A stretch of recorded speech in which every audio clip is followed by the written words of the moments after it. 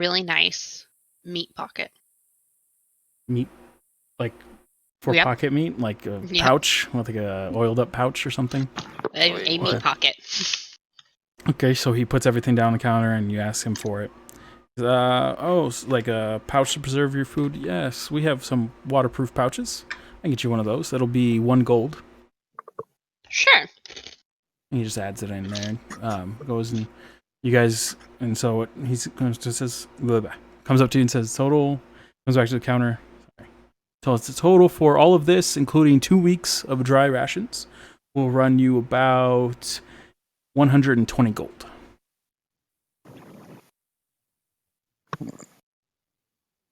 I've got.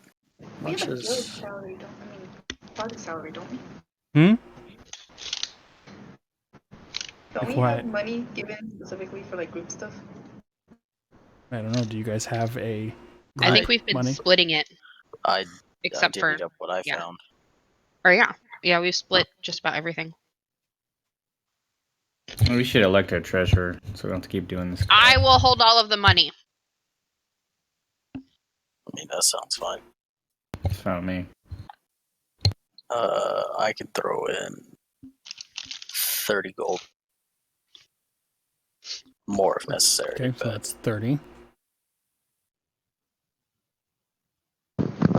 I'll throw in 20. 50. Same. 20, so 70. I'll do 20 as well. 90. Hey, can I ask John? Does the rules for D&D Beyond apply to yours? So one platinum's 10 gold. Yep. Okay, cool. Then yeah. Okay, so that's 90 gold. Draken's the only one who hasn't provided any money. Ben's the only other one here. Don kind of looks down, looks at you guys expectingly, and says, if you don't have the money for it, it's fine. I can put it all back. Nah, it's fine. If Dwarfman don't want to throw down for money, Dwarfman doesn't need rations. Sorry, I just got back. My son woke up. Oh. Now I feel like a dick. I'm sorry. Yeah. 120 gold and for Draken for the supplies to go. 90 has been raised so far. I have 10. How much for... If you take out one of the tents, how much will that cut the cost down? Tents are 5 gold each. Did you all want individual tents? I have 7 tents here. You can take my tent out. Okay. That's 25 gold remaining. You can take mine out too. Okay. 20 gold left. I'm keeping my own tent. And it will stay at 20 gold required left. I'm sorry, that's including the 10 that I put in, right? Yes. Okay. No. That's if you put 10 in, then it's 10 gold remaining. Okay. Yeah. I'll throw in another 10. Okay, thank you. Finally. Can I say, this is for a really good cause. We just came out of, we just saved the city, And do you think we can get a little levy down here? Because we're here to save someone, to help someone get connected to their family, He looks around, so he's like, save the city. What was the city threatened? I hadn't heard of it. Well, we kind of broke up the smuggling that was... You broke up the smuggling. Insured your stock take a hit. I feel like if the city was thriving on smuggling, maybe. What happens if I start losing supplies? Maybe you guys cost me money. On the other hand, because we saved the city from smuggling, more and more, let's say, people with fatter pockets will go towards you because they expect the city to be more safer. I don't know about that. I've had a pretty illegal channels to go to, so they can't save money on these assholes. Now they have to come to you. I don't know if you're experienced in the smuggling business, but we typically don't smuggle tents in. They're not How much hot experience commodity. in the smuggling business do you have? It just seems common knowledge. How many smugglers do you know smuggle tents? It doesn't seem strange. I mean, I am a general store. I'm not like an arms dealer or something. I mean, if you don't have the 10 So- gold, it's fine. I can put it all back. I mean, I literally just gave him the money, so Oh, then what are you all He's arguing just being for? a dick He now. takes the money and gives you all. Is there anything else you need? Yeah, do you have any weapons? Nope. General store. Got some fishing poles. Hmm. I just grab whatever I can and just leave. I'm done with this dude.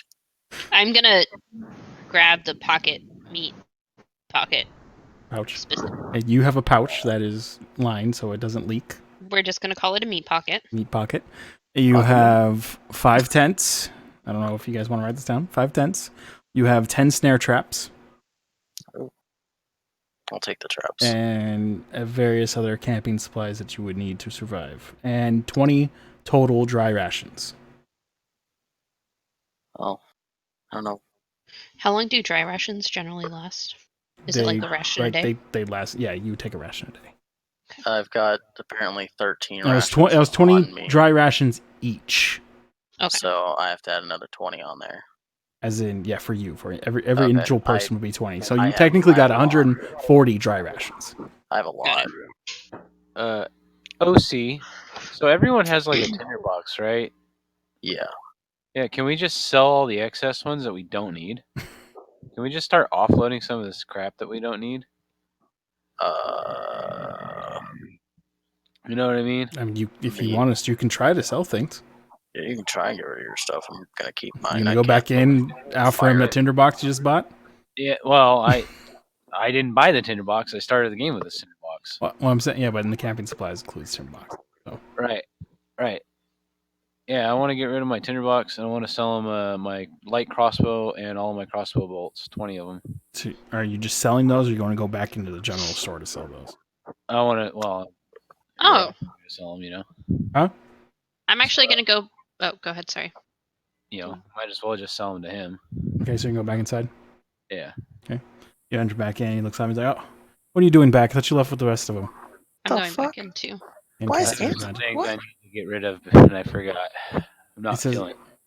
you. He looks down. You hand offer this crossbow and tinderbox. He's like, I don't want the crossbow. Go take that to an arms, somewhere in the military district probably. Tinderbox I'll buy back for 5 copper. 5 copper. It's worth half a gold piece. Yes. But I am in the business to make money, and it looks used. But 5 copper. That's not even. No. No. Goodbye, good sir. Bye. Goodbye. No problem. Thank you for saving the city. Ridiculous. And he looks over to you at Cassidy.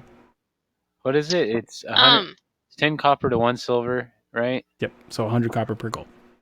Right. So wow. Wow. I have these items, and I'm just gonna, I guess, throw them all on the counter. Okay. It's various trade goods. I've got like 20 pounds of various trade goods from the store. Oh gosh, sorry. Oh, that was like, yeah, the various things. Yeah. Okay. He takes a look at them, and what did I value those at? Did you put a 100 value? gold pieces. Roll persuasion check for me.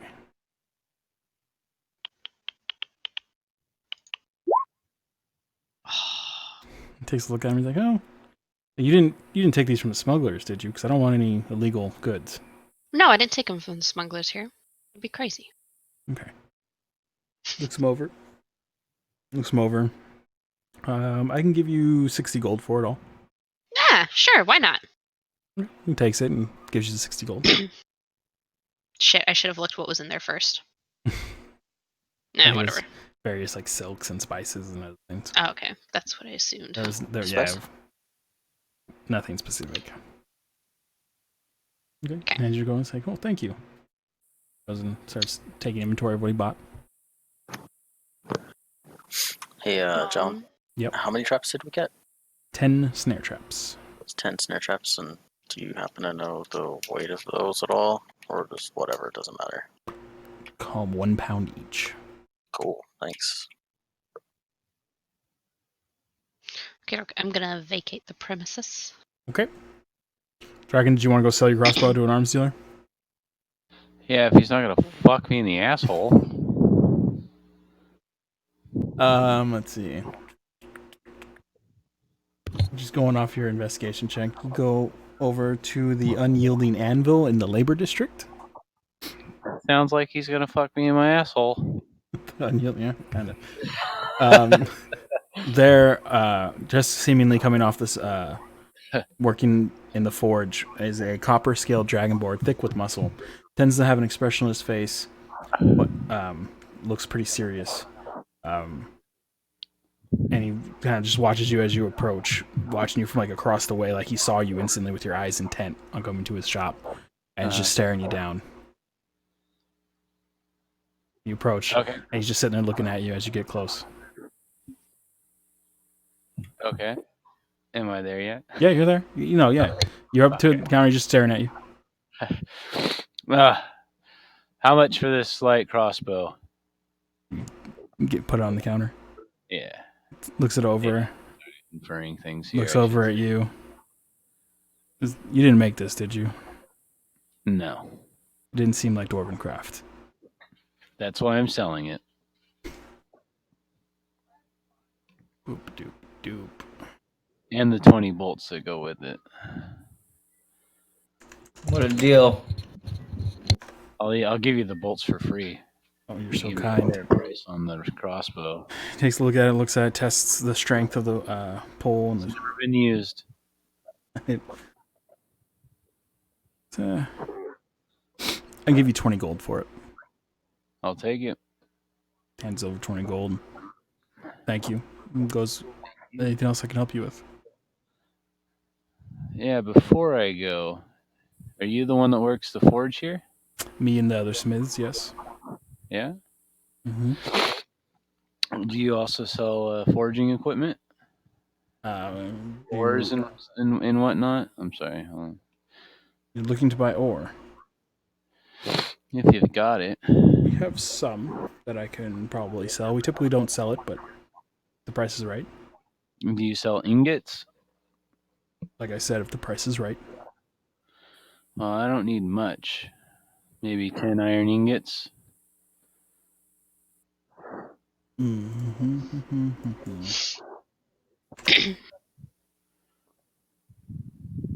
Sounds like a lot.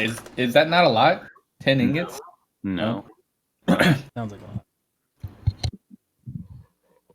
I don't think that's much. Although, who knows? Maybe in D&D that's a lot. I don't know. I'm thinking like they're bars, right? That's what ingot is. Right. I'm thinking of like gold bars, you know. Well, that's gold. That's yeah. Yeah, but I mean around the same size. Yeah, Iron. 10 being a large mass. That's what it'd be pretty heavy. just kidding. He goes back into the forge for a little bit. He rummages around. And rummages around.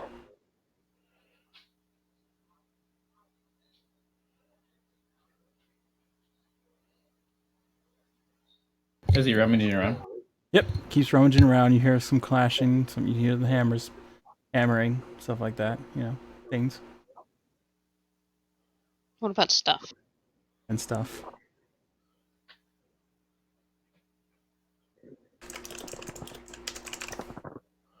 Oh, it says it's 1 silver piece per 1 pound of Yep. iron. And he comes back and he has 10 iron ingots with him, 200 pounds of iron, and he laces them down, stacks them on top of each 20 other. pound ingots? And ingots Holy- typically around 20 pounds. Yeah. Holy shit. Okay, that is a lot. Fuck. Fuck, I was saying, god damn it. An ingot's only, it's what, like 6 inches long, maybe?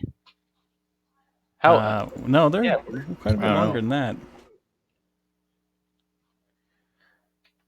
that. I really have no idea. But I thought it sounded like a lot. Like you could make a good amount of armor with that. Yeah, that's kind of, yeah. I'm thinking ingots aren't really all that big, but fuck, if they're like 20 pounds per ingot, that's holy shit.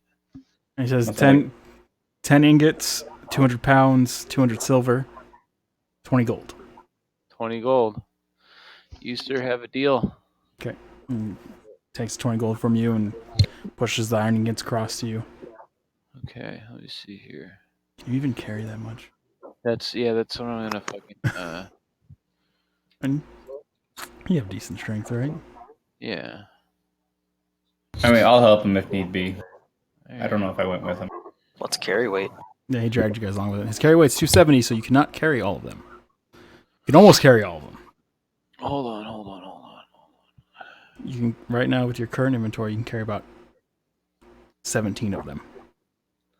No. How do I Yes. add item 17. filter? Do they not 7. have iron ingots as items in the No, you'll have to make a custom item. Oh, okay. Alright. Sorry. Add custom item. There you go. How many did you say I can carry right now? About they're 20 pounds each. You have a carrying capacity of 270 pounds. 8 of them, and you'll be maxed. Oh, come on, D&D.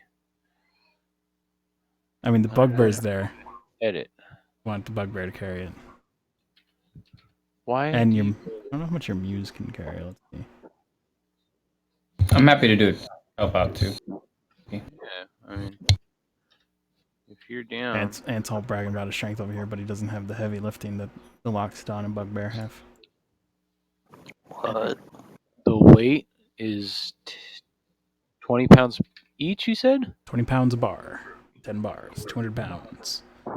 So that puts me at 400. No, because 17 puts me at 400. Not 17 of them. Sorry, I was thinking 10 pounds apiece. That you bought 20. I was thinking more in the money than the actual bars. You have 10 bars, 20 pounds each. Means you can carry 8 of them, which will be 160 pounds, which would leave you at 256 out of 270 carrying capacity. Oh, how much can my pony carry? Let's see here. Don't know how much a pony It can carry. has 15 strength. 15 pounds per strength, so it would carry 225 pounds. But that's including me. Plus, it's a war horse, or plus, because I believe it's considered a powerful build, which double that, so it can carry 450 pounds. So, all right. So, back into character. Well, if I may get a note from you, I'll be back to pick these up. As you do that, the rest of your party members just start picking them up for you. Oh, because you guys are all out together. Oh, okay. Oh, all right. Well, right on. That'll work then. So I'm gonna put it into notes. Who's carrying what? So, Dragon, how many are you gonna carry? I'm trying to fucking figure out this fucking. You can carry 8 and not be over capacity. So you have to figure out who's gonna carry the other 2, which is pretty much anyone in your party. If you want, I'll add the item to your inventory. Well, if I remember correctly, Lillian offered, so I'll let him carry 2.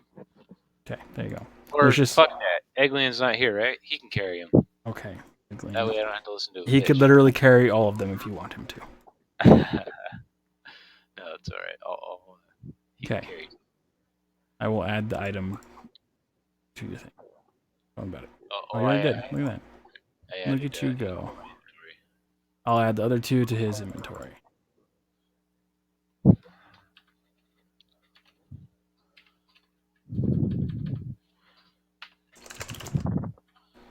How did you do that?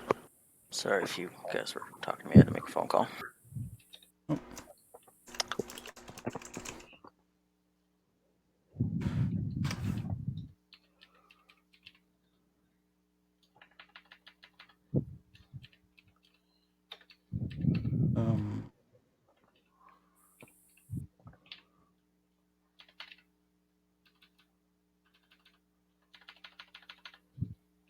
I wish you didn't only put things in gold, but whatever. There, he has 2 iron ingots with him. Okay, cool. Okay, good. OC, I mean, what can you do with like typically like what would like a chess piece? How much iron would that require to make? Okay, we'll go over forging later. You're not gonna unless you want to forge right now.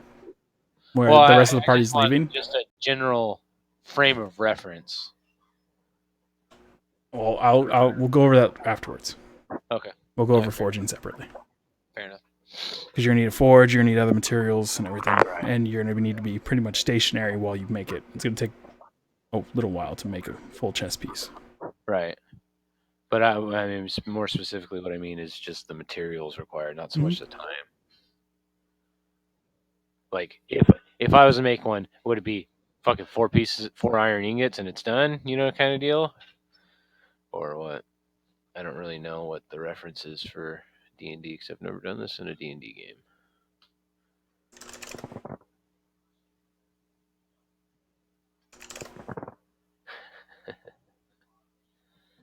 Anyways, we can talk about it later. It would take about 10 bars of iron Wow. and about 200 gold. So 200 gold total in resources. You've already spent 20, so you need another 180. And then it would take all your iron, pretty much. That's your spot. Oh, okay. Sorry. It would take about 1 bar of iron. 1 bar. 20 pounds is 20 pounds. Well, yeah, that's true, huh? Okay, fair enough. Thank you. Mhm. Thank you. That's all I needed. Good day, sir. Thank you, Ed Glean. He just walks off. Smacks you in the back with his trunk.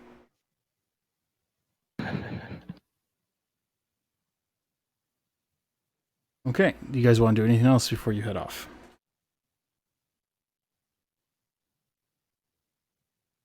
Anything at all? You're in We Vapid have our Bay. horses, right? What? We have our horses. Yes, you all have your horses. I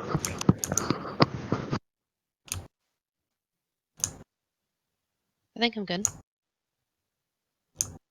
I'm good. Set.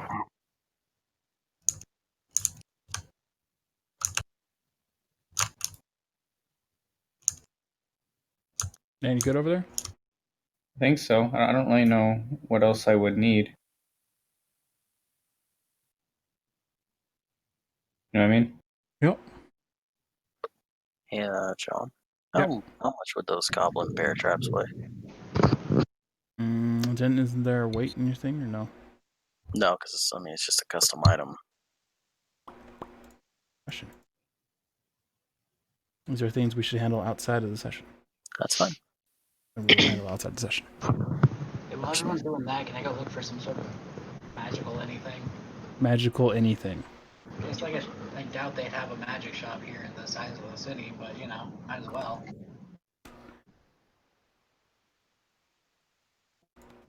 Let him roll an investigation check.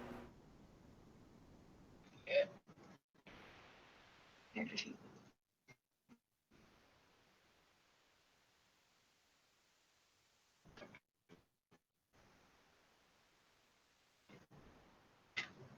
Investigation.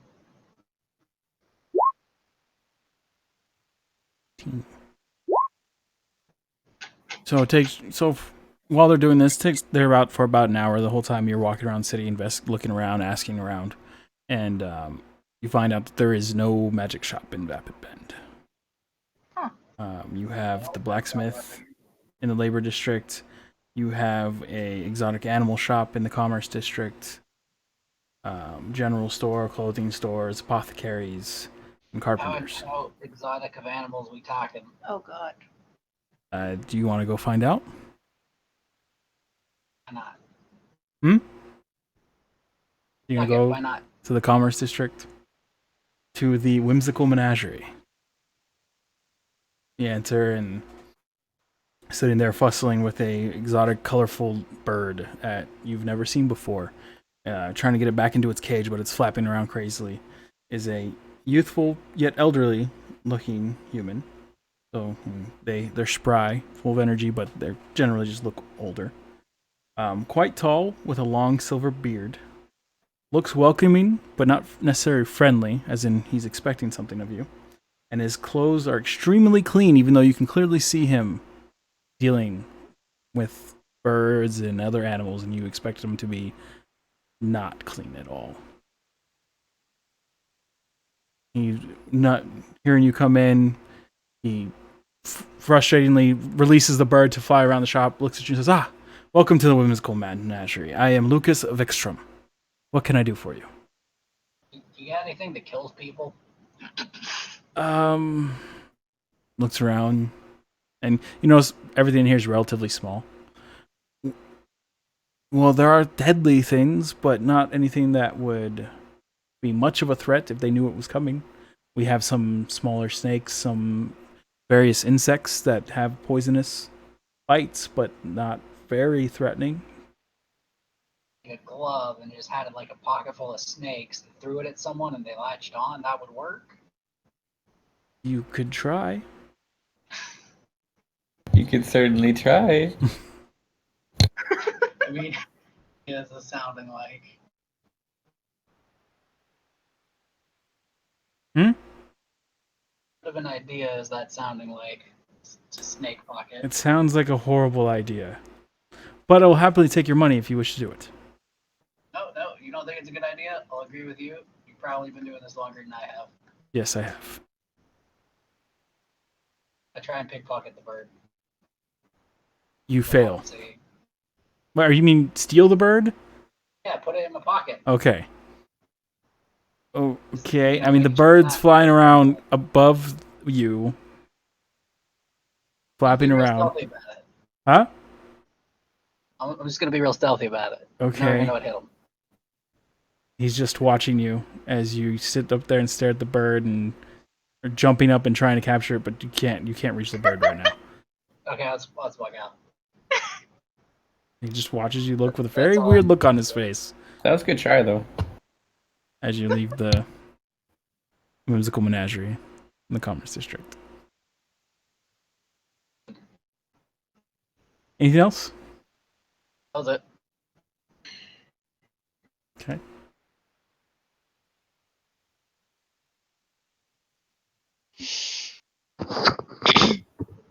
Well, if that's what we all wanted to do, should we head out?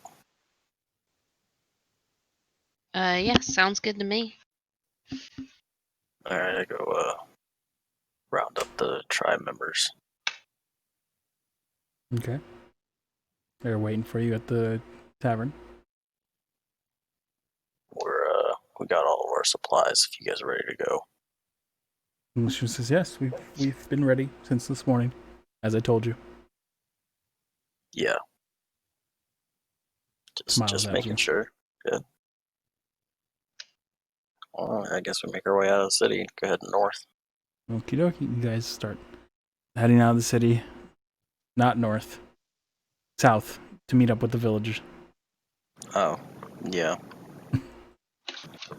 You know what I mean. Whatever. You leave outside of the south end of Vapid Bend, the same entrance that Cass was running from hyenas from. Leave and heading southeast into the remote highlands, letting Celine take the lead. Because before all of this had happened, they were already planning to leave into the remote highlands as part of their journey. So she's already aware of where the party should be, and she believes that it shouldn't be too hard to track them if need be. So you guys head southeast for the rest of the day. You travel from Vapid Bend into the hills. Following there are paths. People travel in and out. There are remote villages within the highlands that sometimes come to the city to trade, and other various smaller cities nearby. So it's easy enough. You don't just go wandering. Following the road south in the direction of the city you came from, Rivermore, you enter the remote highlands into what's mostly a dead tree forest. Unsure of what happened here to cause all these dead trees, you continue on heading into the highlands. First day, relatively uneventful. You set up camp that night next to the road, unless you choose to set up camp anywhere else and rest for the night. Is anyone going to take watch? Are you all settling down? I'll do first. Okay. One watch? I'm gonna toss the fancy meat pocket over to Tiny. I'll do second. Here you go. This for you. I'll do third. And then Do I recognize what it is? You can tell it's a pouch. You look inside and you can see that it's lined with material to prevent some kind of seeping in or out of the pocket. Thanks. Not Yeah. just for I replace it with what I have, I guess. Because I'm assuming what I have is shoddy. Yeah, it's kind of probably gross and smells like soggy. rotten meat. A little bit. Probably. Although, I don't know. Maybe that smells better to you. Not particularly. I rolled 11, that's all. Celine stays up with you as well. And just talk about what's been happening because you've been away from the village for quite some time. Asks you what you've been up to, tells you what the village has been up to.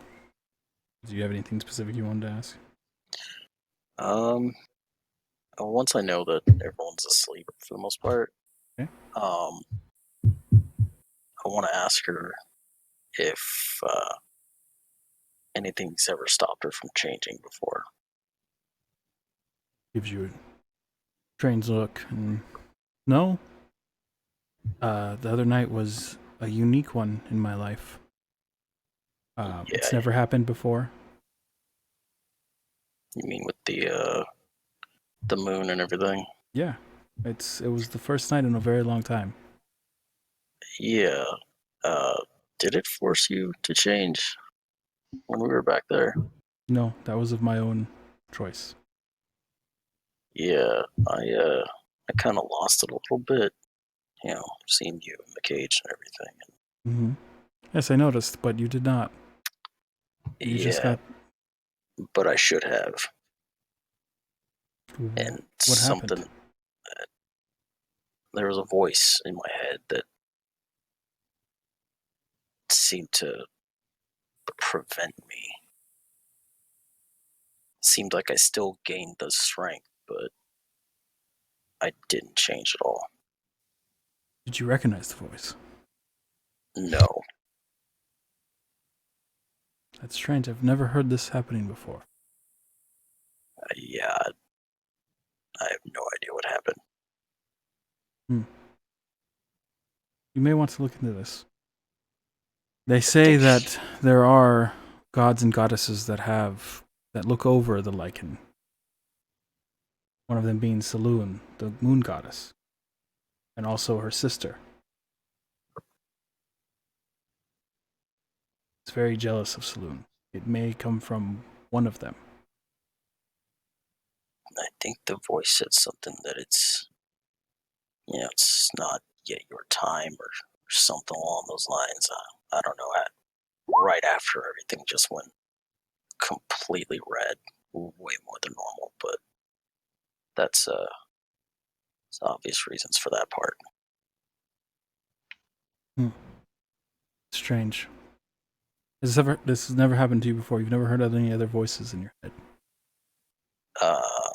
I just kind of look over at Cass. I mean, heard hers, but I mean, I know how she does it. It's magic stuff, but yes, but nothing like this. No, this was kind of out of nowhere.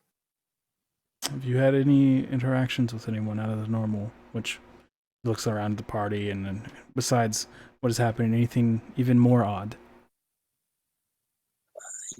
There was this lady in Rivermore. She kind of just looked like some priestess, I guess. She kind of walked up to me and said a little blessing or prayer or something. And then priestess for off. who? I don't know. She just was a priestess. I don't really pay attention to any of that stuff. There's several temples in Rivermore. One of them is the goddess to Saloon, the church to the goddess Saloon. It may have been one of her priestesses that blessed you. Maybe, but would she have recognized me somehow? Know. We are not very religious, you know that. Yeah. Gods are very mysterious in their ways.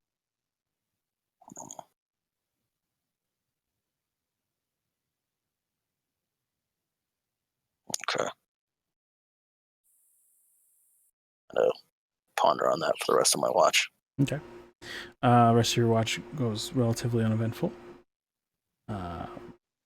Nothing here, nothing happens. You wake up Draken after several hours. Wakes up, takes a second watch. Draken, go ahead and use perception check. Roll perception check for me.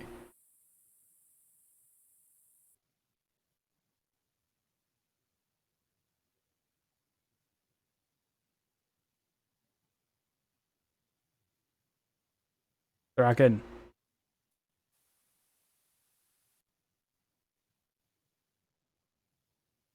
Okay, you all die. No!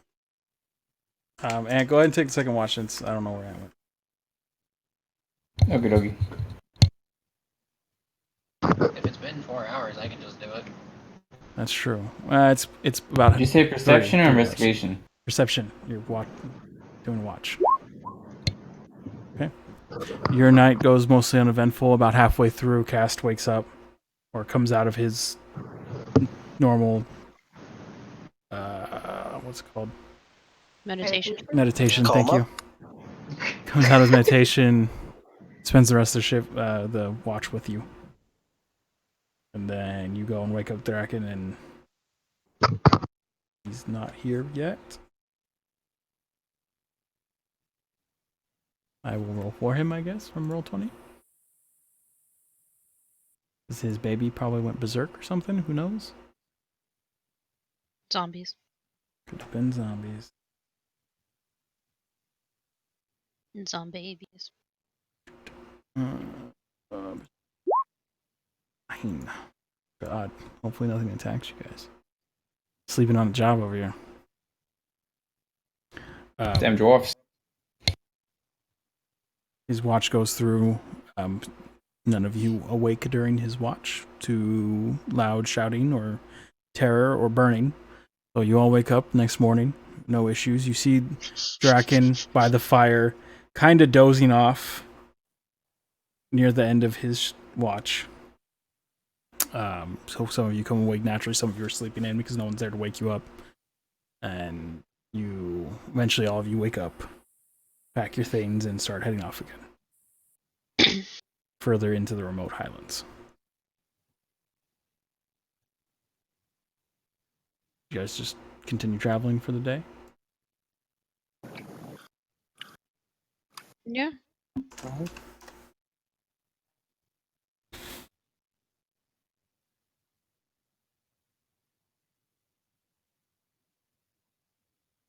Doing this by like horseback, right? Yeah, you guys are on horsebacks.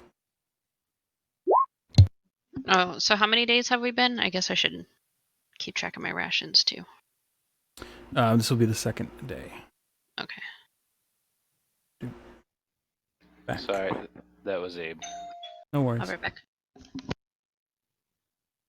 Somewhere along the way, can I just I always guess forget we have a doorbell. speak with animals and talk to the horse? Sure. No need to go into detail. Just talk to it and just be like, "Hey, buddy, how's it going?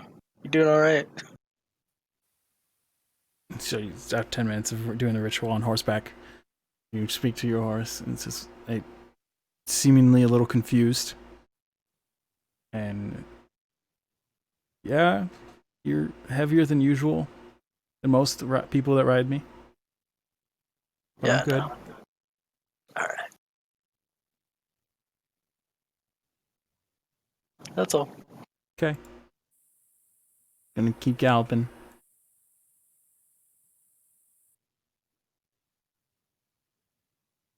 You guys continue on through the hills of the remote highlands. About midway through the day, you start to pick up in a trail of a large group going through huge, like not huge, but like a large group traveling together. Could be anywhere from, unless it's some crazy war party or a small village. Celine picks up on the trail and is leading you in that direction. She says, with how many are traveling, we should be able to catch up with them by midday tomorrow. And then continues on. You guys travel for the second day. Hey, John, can Yep. you do me a favor and just kind of give us a rough ping on the map as to where we are in the remote islands?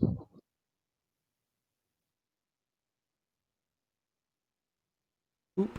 Second day, you guys are about right here. Oop. Right. Freehand. I'm back. Right, I'm back, ping. sorry. Right about there. Copy that. Thank you. That's where you guys are going to camp. And you see the trail heading away. Not an arrow at all. Ow, my head. Wait, now I'm confused. I thought we were heading north. You were heading to meet up with the village. We're basically dropping off my tribe members. As then I heading explained up north. last time, Sorry. you guys are heading opposite Okay. direction first Got it. Sorry. before you head. My guess is if you look at the map, this is probably where the village is. Taking the scenic route.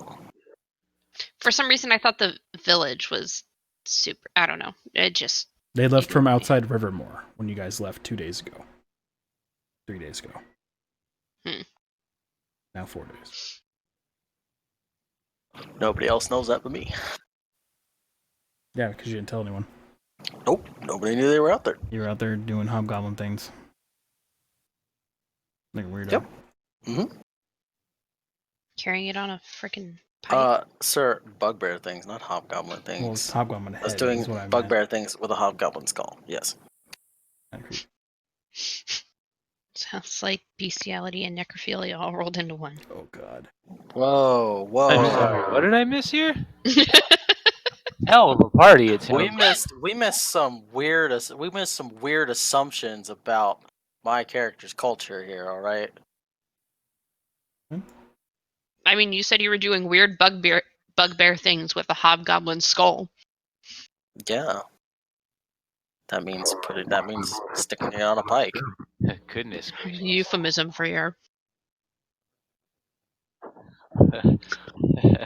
For your wang! I grasp my holy symbol of a necklace that I'm wearing tighter and clenching it to my chest as I look at these two talk about this and whisper to myself, Morden's beard. Oh, are we talking about this? I guess you are now. Make it insane. No, so from what I remember, my original village, blah blah blah. Pray to one of the bugbear gods. Go You explain basically to him. put the head on the pike, and God's able to talk through it. Blah blah blah. Because that ain't fucking creepy. All right. Well, what do your people do? Not much of a god if he doesn't have a head of his own to talk through. Well, I mean, it's also Morden's even got a beard. then the god can talk to the enemies that come try and attack you, scare them off. It's an intimidation thing. Sounds like an overdeveloped sock puppet to me. What's a sock puppet? What are socks? Now that you mention it, what are socks? Yeah. Oh God, none of you take off your boots, please. I don't wear boots. Oh, good.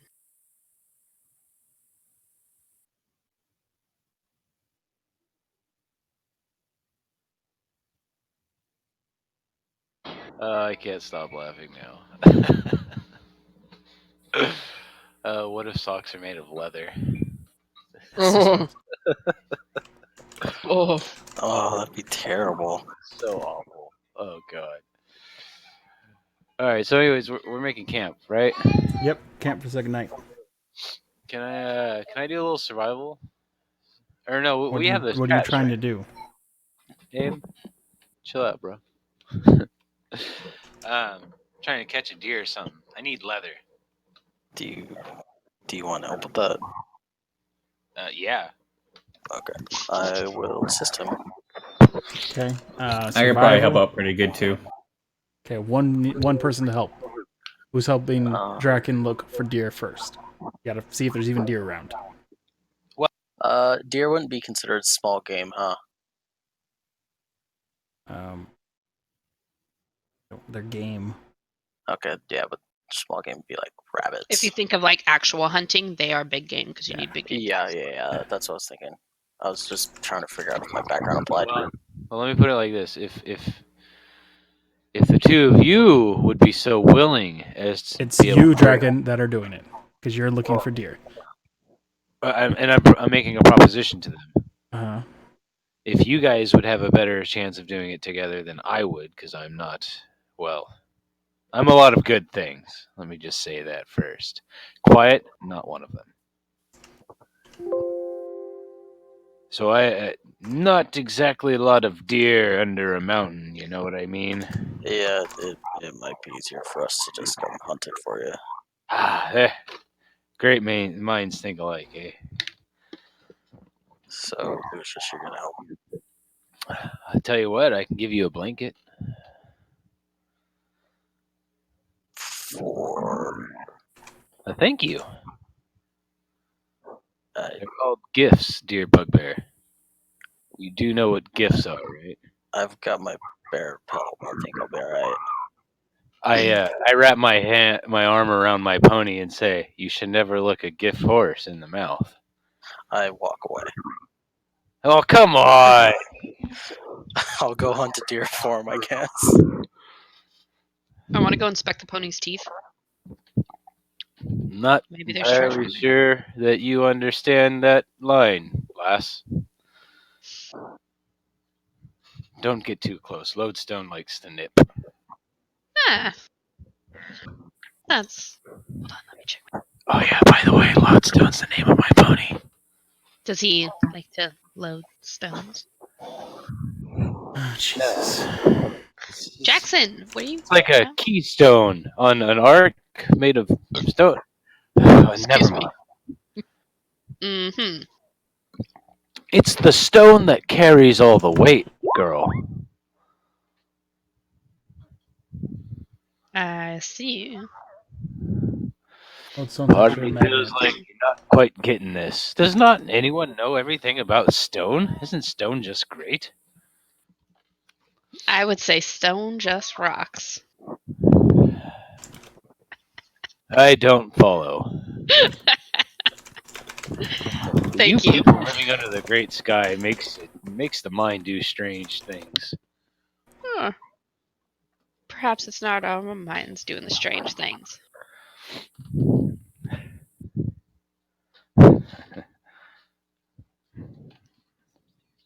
That's what happens when you live your life under a rock. Yeah, were you Hold up. yeah, Hold up. John, did I hear it? Cast is not ant, by the way. Lucius is ant. Oh, sorry.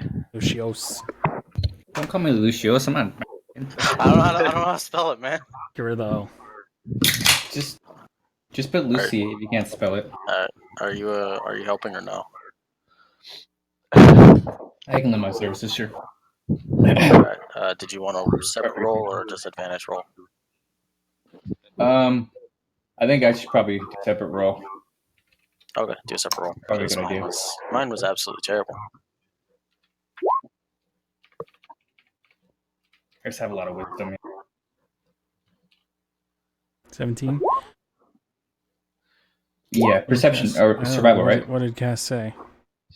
She whispered he must have lived under a rock. What's your massive perception? 12. Nope. Damn. Had a line for that. Unless she was like whispering loud enough for you to hear. That's her. I mean, yeah, probably. I'm kind of an asshole, so I don't care. First step is admitting it. Okay. And you spend about 30 minutes wandering around nearby. Go a little further out with you and Bart. Or Lucius and Bart go out. And about 30 to 45 minutes later, you find out there's no deer in this area. I knew it. You find various other tracks, various other animals, but no deer.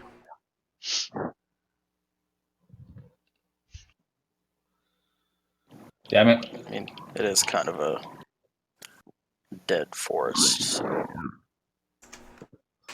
You would think there'd be dead deer then. In my findings, do I find anything worth tracking? What do you consider worth Hunting, I'm tracking? sorry. There's various other animals. A lot of it is hard to see through the massive amounts of footprints going through here from the village. But you see various other animal tracks, anywhere from small to medium to large. Things that would be as large as a deer, but you're not from this part of the world, so you're not really sure what it is. But you do see tracks. if he points them out, would I know? Pointing Like what out the to larger you. game is? You haven't spent a lot of time in this area of the world either. You spent a lot of times more north. Yeah, it's true. I guess I was only here when I was younger, so And yeah, when you were here in this area, you weren't Yeah. really part of the hunting parties. yeah. You spent a lot more time hunting in the woodlands. So you do not recognize anything as well. All right, well, anything we find over here, there's definitely no deer, but might end up finding something we don't want to find. Oh, we can get him leather somewhere else. Yeah. It's not- All right, let's go back to camp. yeah. Walk back to camp. Okay, you guys head back to camp. Survival tracking and whatnot, right? Yes. And if you know what it is you're looking for, I might be able to track it. We know what we're looking for isn't here. Unfortunately. Like go off in a different direction and mark a trail, or What? You gonna try to go looking for things? I mean, if they want me to. I don't think there's anything in the area, the whole Highland area. If there is, there's probably not a lot of it. It might be a waste of our time for some leather. I'm not from here, so okay. We can just get some leather in the next town that we end up going to. Safer. Yeah. Did he even say what he needed it for? Just said he wanted some leather. Okay. That to be all. I'll be all. Okay, first watch.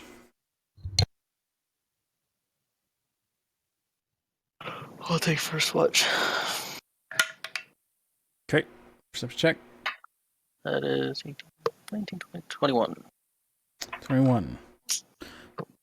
There, the night. First couple hours, not much. You hear various howling, other animal sounds, just things that you've heard before. You have lived here before, and you remember back when you were a lot younger. Nothing that would trigger your sense of needing to worry. Just various ambiance. Several hours go by, nothing happens. You wake up for the second watch, which is I don't know. I can take it. Corolla. You wake up, Corolla. Corolla, go ahead and roll perception check.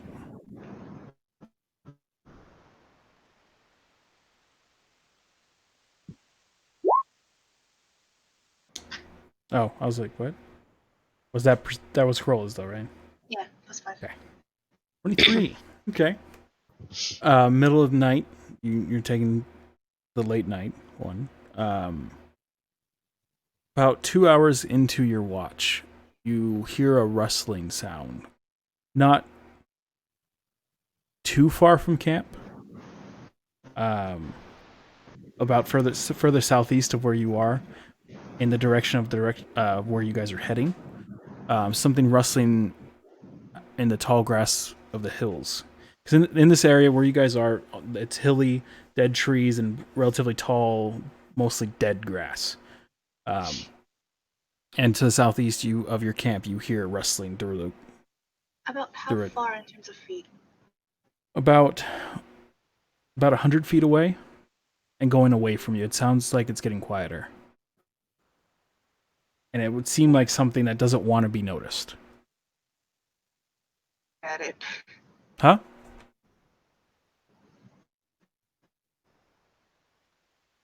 What are you gonna do? Are you doing anything? Stare at it, and if it comes closer, I'm gonna cast Fairy Fire on it. Okay. No, it's moving away from you. So after a minute, the sound you're hearing, like what sounds like crawling or moving across the ground, eventually goes away. Cool. Okay. The rest of your shift is uneventful, and you wake the next person for the third shift, which would be I'll go. Bracken. Takes you a little bit to rouse the dwarf, but he does wake up. Any You news? smell like alcohol. Shh. You want some? Are you sure that's a good idea? I don't know. There's no chairs around. Sorry. Good idea. Oh, you're awake too, Cass.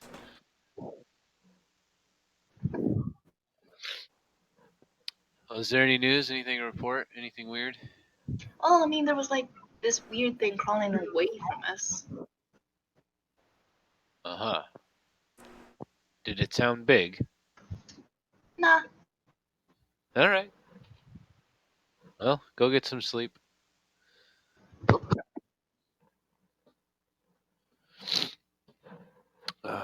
Okay. No, you roll perception. Yeah. Sí, bueno.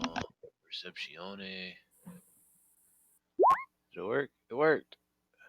Question, you go through your shift. And don't forget, John, I'm very wise. Sure. Very wise. With the alert from Kroll, you spend extra time paying attention, keeping your eyes strained, your ears strained. And you don't hear anything. You seem pretty safe. Maybe Kroll just heard some lizard in the brush. You don't know. Okay. Maybe she's just crazy. But you That might be finish true.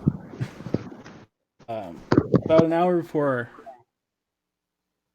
before sunup, an hour before you get ready to wake everyone.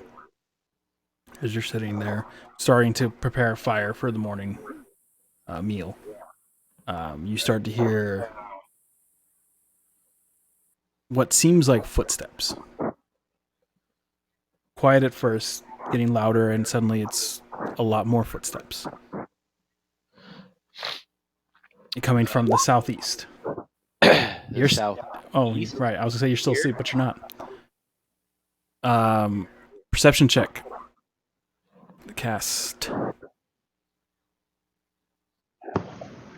So I forgot you wake up halfway through things.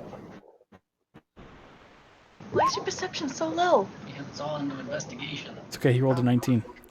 Okay. You actually hear before Draken does, and while Draken's preparing the fire, you let him know of the sound from the southeast, and then you duck into there's not much to hide from, but you duck into behind some rocks. There's a rocky area with the tall grass, and you Can I roll point perception? Draken. No, Okay. because he pointed out the sound to you. Okay, fair enough. And it's coming from the southeast, same direction Coral told you about. And over the crest of a hill to your southeast comes over the hill. Charging over the hill are 7 small goblins, 1 slightly larger goblin, and behind them 5 gnolls. All charging you, all firing arrows in your general direction. Okay. I will yell to awaken everyone. Okay. Alert! Alert! Before Jesus Christ, don't do that, please. You don't have to be loud. I really didn't. I just cut my hands around the way. Sorry. Before that, we'll go to break before the fight starts. Okay. Okay. Cool. Good. Because Good it's already time. almost been over an hour, but I don't want an extended battle. Seem to take a little bit longer, so take a quick break before we start a fight. When do you want to come back? 10 minutes. 5 o'clock. come 5 back. o'clock? Sound good? Sounds good. Aye, aye, Captain. 5 o'clock. 5 it is. I'm just gonna stay here. 'Cause Okay.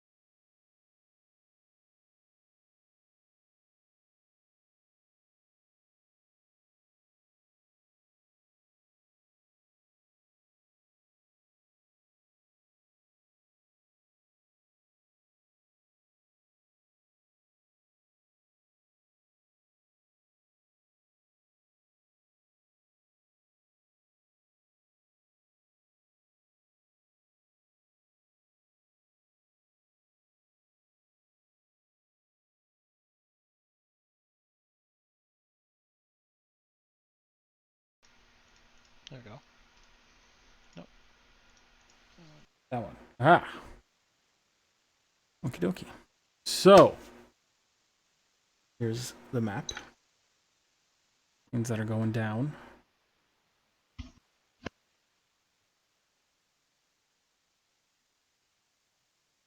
You guys, see Draken and Cast are awake. Draken shouts to everyone being awake.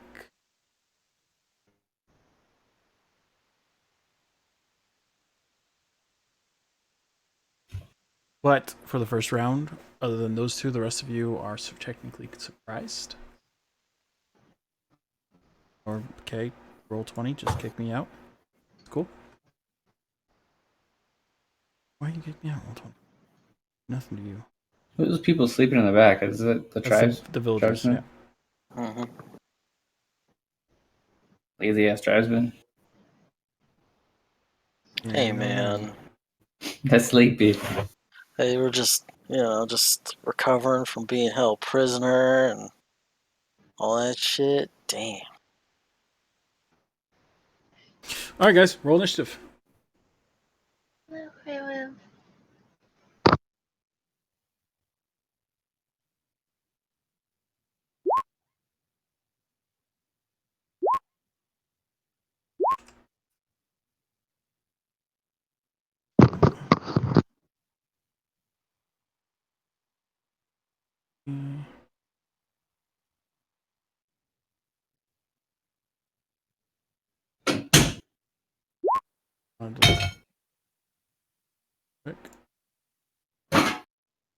Where am I? You could still be sleeping. Oh no. So wait, how do we do it to where it automatically enters it in? You select your person. You should be able to select your person and then click on it on your character sheet. Whoops. Good. You're good. Rolled it. Oh, okay. Oh, did you put it in or did I just do it? I am putting yours in now. Oh, okay. Like this thing. That must be it. I just don't select my character first. I should start doing that. Dragon rolled a 9. Ark rolled a 21. Let's see. Up there, right? That's 1, 2, 3. Missing.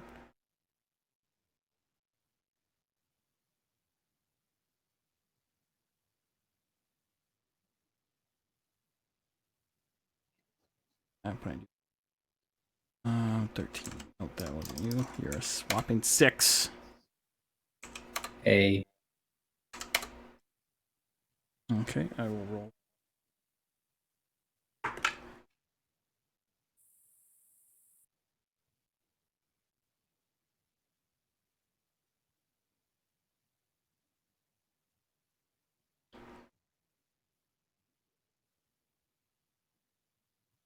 I wish I could find a way to do this better.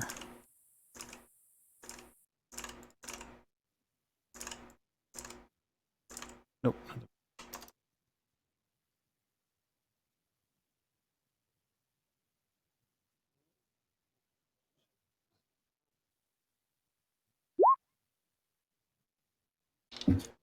Those. Garbage.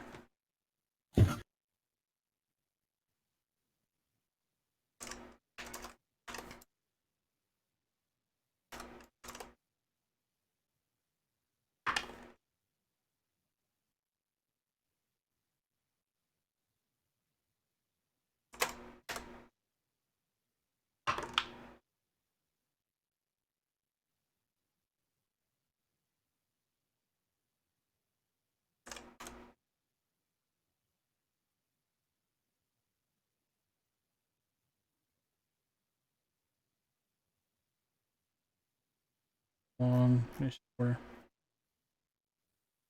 Should I just remove Colin's hammer?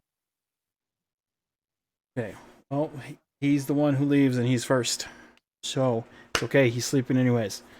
The no pack lord. I say we skip my turn anyways. I'm asleep. No pack lord's going to go first to start this off. And so Draken shouts everyone to wake up. So you guys are awake, but you're waking up as these goblins and gnolls come charging down the hill towards you, yipping and howling. Goblins making some weird, crazy noises. Can you demonstrate the noises for us so we get a better idea? Please. I could I try. third that notion. Guys suck. Do you want this to be immersive or not, John? Hate all of you. You can just do it, John. You don't gotta look it up. I am looking up an audio track, so I hate you. No, it's fine. Just go. Audio tracks. No, you gotta do it Say it naturally. perfectly. Oh my god! So you're the yipping. I don't know. I can't yip. I'm sorry. There we go. Give it to you guys. They totally sound like that. And the goblins who are just What do making they little. sound like, John? You just made the noise. Right, but the voice in my head is often different from what I hear. So if you could, give me an example, that'd be good. Hate you. Nope, I can't. Sorry. So as they're rushing at you, I'll work on that. There's one gnoll pack lord in the back who's larger than the rest, carrying a glaive like weapon and a longbow. And he pulls out the longbow, and seeing that Draken is in front, awake, looking at them, he's going to fire his longbow at them. This is bullshit. He will attack. And is a whopping 9 to hit. I don't think that hits you. Don't laugh in his face. And a 7. Red die, they suck. Well, you should keep him. Sound like perfect Sounds like the dice. Yeah, sounds like a good idea. Yeah, sure. Pushing dice. So he misses, growling angrily as he just glares at you, ready to set up for another round, set of arrows. After him, Cassidy, you are asleep. So you skip this round. Carla's skip this round. Goblin boss, one larger goblin in the back carrying. You can't call him Goblin Boss. That is his name. He is a goblin boss. Is he What a bigger and silly orkier name. than the other orcs or goblins? Wait, are we fighting orcs or goblins? I'm confused now. Sorry, mixing up my fantasy. He's a little goblin in a chain shirt with a shield, and he has a javelin, and he's going to throw it also at Draken in the front. Plus, Good guy. Plus, the only other one awake is hiding behind a bush, very stealthily over there. Ooh, that'll be a 22 to hit. Ooh, I switched dice. you fucker. That'll be a whopping 8 damage. A whopping. That shit adds up, man. There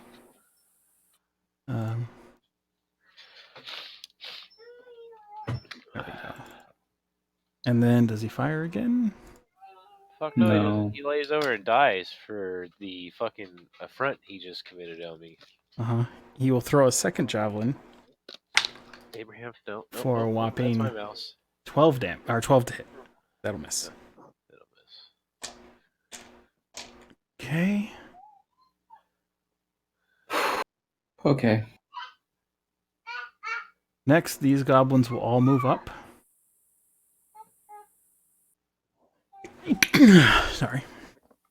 5, 10, 15, 20, 25, 30. 5, 10, 15, 25, 30.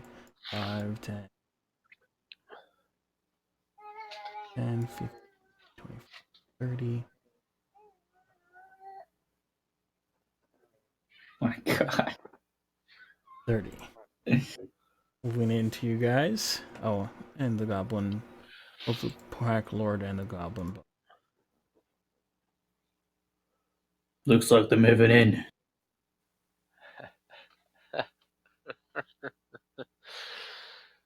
Okay, that'll be all of them. Cast, your turn. You are awake and you're ready. What are you doing? Which one's closest? Probably that one. That's the one that's getting fat. Fire and arrow.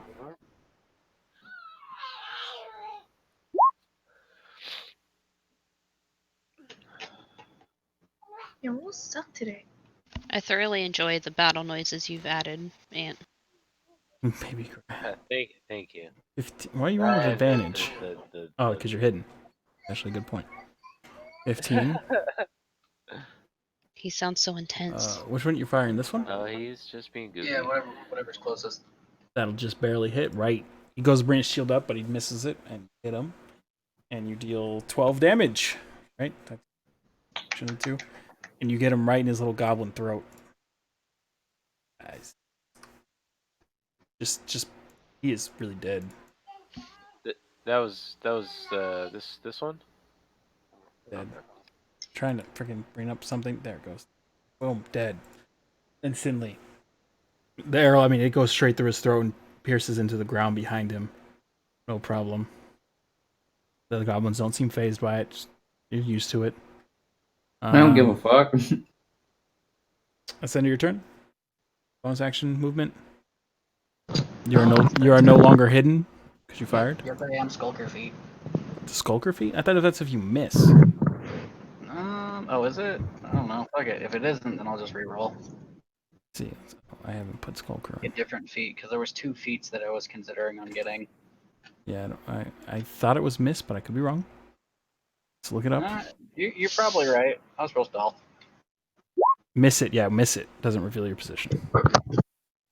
So if you had missed, 28, you're even stealthier. You dive even deeper into that bush. 6, not advantage. Whatever. Hey, 20 how something. do you roll the on roll 20? How do you get it to do the damage like that? When you click on your weapon. Uh huh. After you roll, Oh, click right. on the weapon in chat. Yeah. Like down there where it says like longbow for his, you click on that and it'll bring up the damage. You can also set it so it auto rolls damage. Yeah, how do you do that? In your character sheet. Uh-huh. I'll do it for you. And I'll tell you. Okay. Actually, I think I have to do it for the whole game. Oh, I see it. I got it. Auto roll damage and crit. There you go. Okay. Does it auto save after you make a? Yeah. These gnolls will run up. They're all carrying spears, not actually carrying axes like it looks like they are. Nice.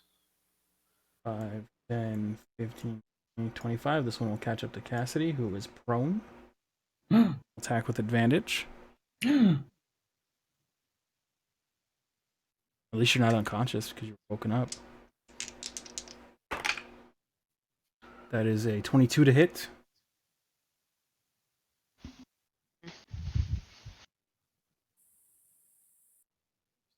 That's it. Oh, do they do? They just do 1 attack. Okay. That is 3 points of damage. Oh no! Hurtful. That's like 10% of your health right there. You bastard. A little less than 10%. Yeah. Okay. The next one, 5, 10, 15, 20, 25, 30. We'll run up to Draken and attack him. He rolls, I believe that is too low. 15? Draken? Yeah, I have AC of 18. Okay. Can you not open this or Just something? like that with your shield. I always hold it. 5, 10, Same. 15, 5, 30. Other one will attack you. Have pack tactics. Bring them on. Spear attack. That is 17. That'll still miss. That'll just...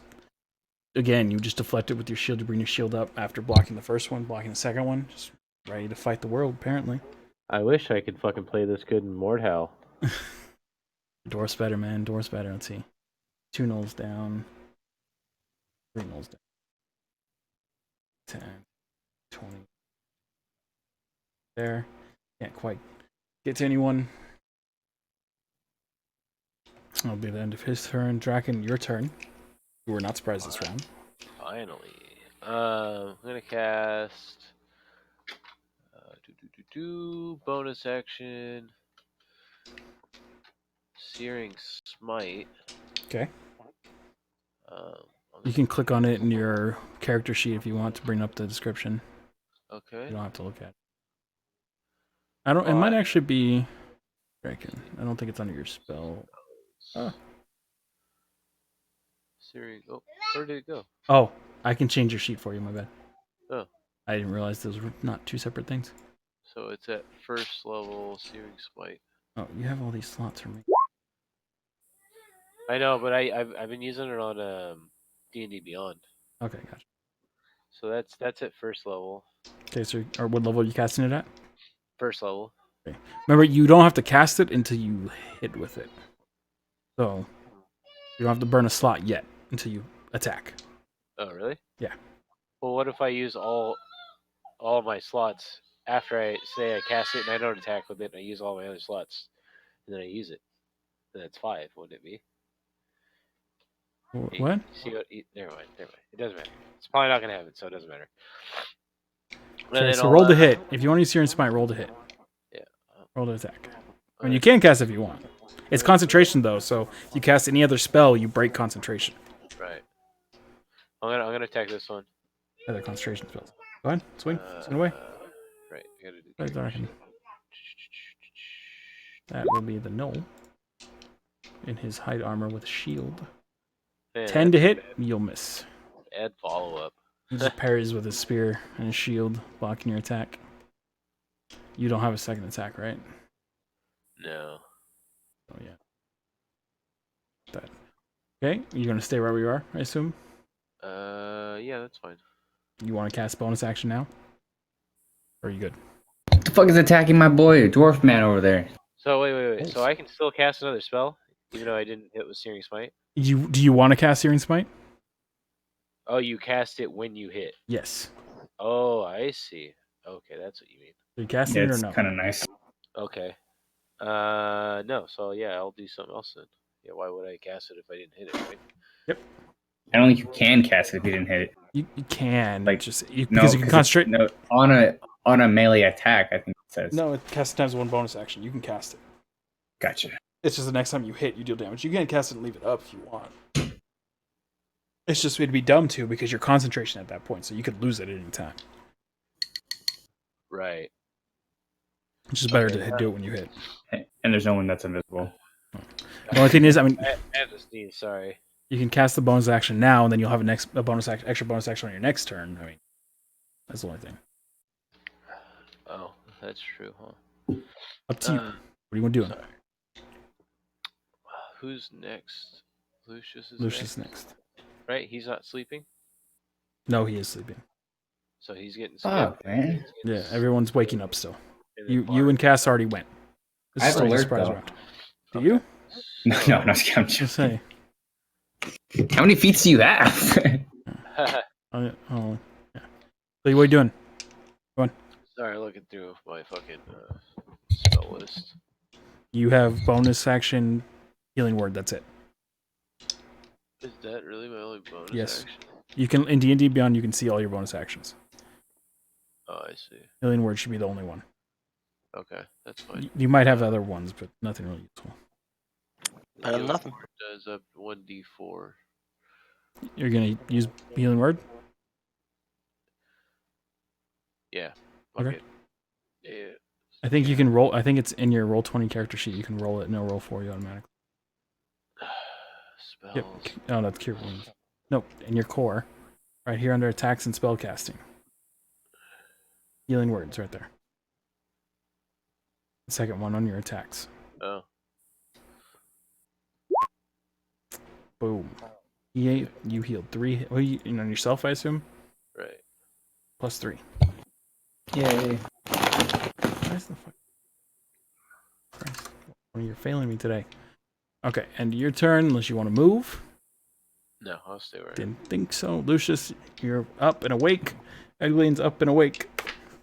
Vart, you are up and awake now. Noel Packlord. It's turn. Rage. Oh, actually, no. It is your turn, actually. You were first last time.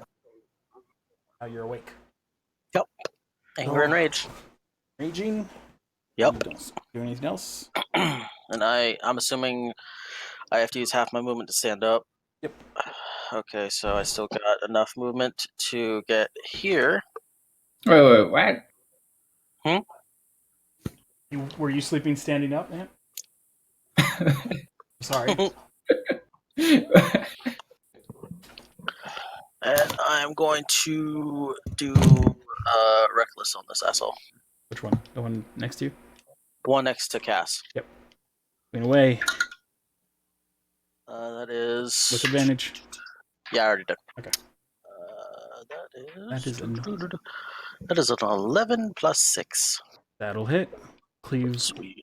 bat his shield away with your great axe. Just hack into him. And that bounced out, but that's okay. 8 plus 3 plus, what's my rage damage now? 2? Yeah, 8 plus Plus 3 it plus went 2. up when you hit 5. No, it did not. It just says Okay, plus 2, 2. so. 13? Yes. Looks like it. Ooh, that's a pretty good 8 chunk. plus 3 plus 2. You just hack into him. Pretty good Is cleave. he dead? No, he's still alive, but he is hurting and bleeding pretty good. Okay, well, reckless again, my friend. Oh, you have a second attack now. Yeah. Right. And that is a 9 plus 6. There, I'll show you guys health bars. I'm actual numbers. 9 plus 6, 15. That'll just barely hit. Are you going to land anytime soon, Dice? Oh, yeah, he dead. That's 11 plus 3 plus 2. I'm going to say just a bit. Yeah. Yeah, he dead. 11 plus 3 plus 2, so 16. He's negatively dead. Fantastic. He brings his shield up to block your attack, and just all of your rage might bust right through his shield, right into his forehead. Because you're about those are pretty big creatures, and was that a gnoll or a goblin? That was a gnoll. Oh, okay. And you still towering over this gnoll, or about a little bit taller than a gnoll. Just cleave right through his shield, right into his skull. One in the back is copying me. And there's this one. Is this a gnoll or a goblin too? These are all goblins right here. I just turned to look at him. You turn and look at him. He was looking to head in that general direction. Now he's looking at you with your axe sticking out of his friend. But Cassidy kind of covered in blood and brain matter. And Sorry. he's getting ready to leap over and jump into the fray. Okay. Aura's green, by the way. Okay. That One green. Mm-hmm. You describe yourself. Just say it. Cassidy, your turn. You're covered in brain. You're on the ground, covered in blood and brain matter. Dead gnoll next to you as Vark ran up and just shattered through his shield. Nice.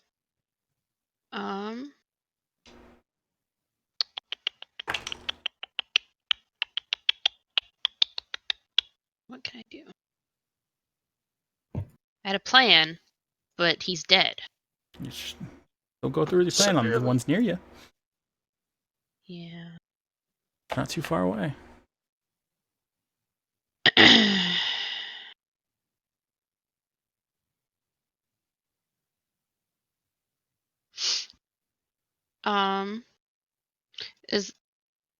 How do I do the little round thingy? The ping? Yeah. Click and hold. Oh, is that a rock or a hay bale? That's a rock. Alright. Unless you want to vault over, you have to move around it. I want to climb on top of the rock. Okay. Roll an acrobatics check for me. It's not a very big rock, so it's not hard to climb up, but you do have to balance yourself. You're good.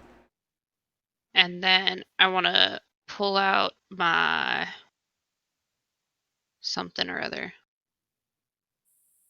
The something Suppose my or other. dagger. The something or other. Okay, you can pull out And your dagger. leap down. Oh, Jesus. Okay. On to attacking that guy? Yeah. Okay, roll another acrobatics check for me.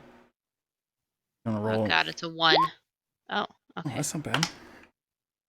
And he is unable to just push you off of him out of the air, so go ahead and roll your attack. Alright.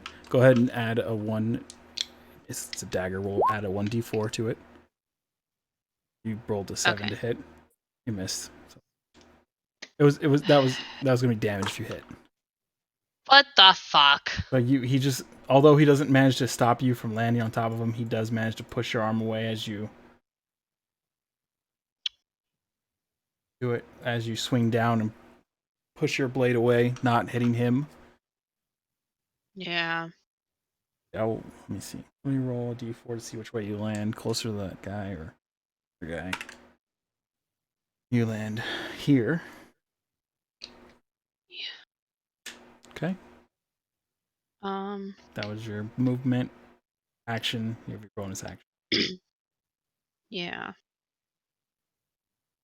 Magic missile. It's not a bonus action anyway.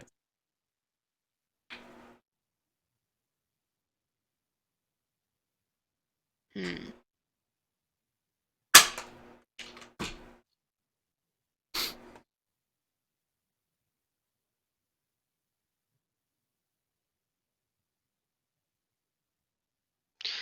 All right. I can see Tiny from here, right? Yep. Hey, Tiny, can you make like an angry Peppa and get There's- jalapeno their business? Goblin take a 9. Dear God, their heads just explode. Is that the only thing that actually hurts me in this round? Oh yeah, that actually does. Do I That's take psychic damage. Yeah, you take full psychic damage. Damn. 1 point. 1 point. Well, of psychic you're damage. also inspired. 1 point of psychic So. damage? No points of psychic damage. You are inspired. Okay, I'm just gonna let the magical effect go through because I don't know if that's gonna register. All right. You know you're inspired. Well, yeah, but I don't know if I heard the joke or not. Oh yeah, the whole joke. Totally. Roll his turn. Worst sport ever. All right. So Uh one here. oh. Cast fireball. Okay, I'm gonna cast. Wait, where the hell is my? Uh oh. I'm gonna cast a 3rd level shatter right here. Sphere radius. 3rd level shatter.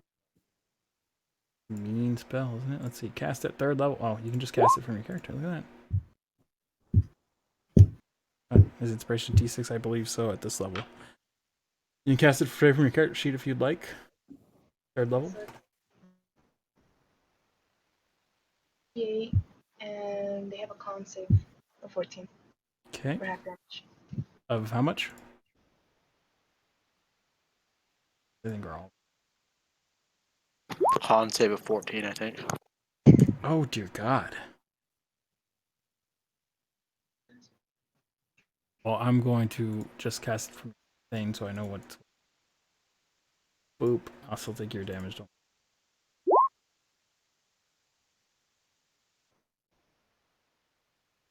That didn't help me. It doesn't explain the spell at all.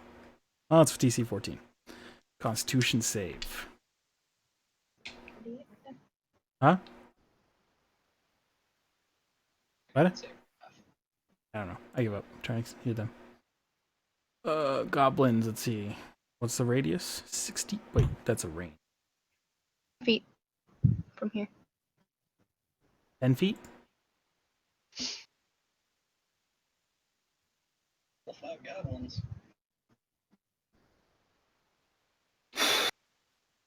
Okay, so let's see. Is that all the goblins, or Yeah. not this I one think over so. here though? Okay, Oh. just all the basic goblins. Got it. They have a con. No modifier. Straight rolls. Saves of 14. Let's go. Let's see. Okay, this one first. Wait, is it save for half damage? Hit for half. And you did 22 damage? They're all dead. Doesn't matter. You shatter each of the. I mean, literally, there's like little pops of blood. Let's see which ones fail. Fail. Fail. Fail. Fail.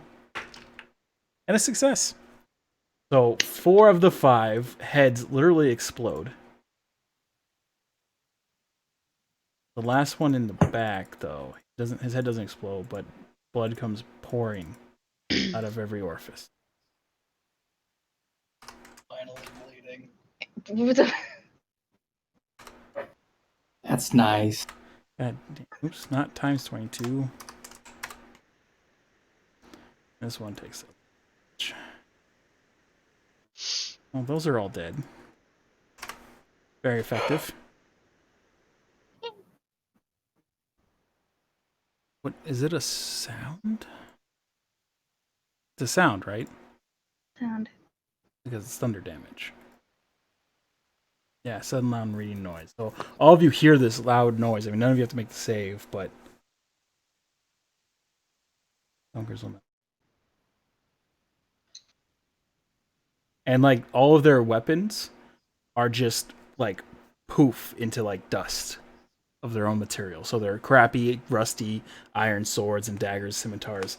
They just like shatter into red iron dust as well. Oops. All the buckles on their armor are just gone. Their clothes are just flopping everywhere. Anything that has any kind of metal in that area just poofed into iron dust. What about the gold pouches? We'll find out if they had any on them. No. It's a metal. So yeah, that's 5 goblins dead, and that's effectively all goblins. Right? Goblins are dead. And then, can I turn to the dwarf and say, hey, after this, we should have a drink, and then cast inspiration? Yes, you can. You can cast inspiration. Regular inspiration or your other one? Temp health one or you... The D6 one. Okay, it's regular inspiration. Rego. Fires you with the offer of a drink, Bracken. I'll end your turn. Are you staying where you are? I am. The goblin boss, seeing all of his goblins just poofed into death. Not very happy camper.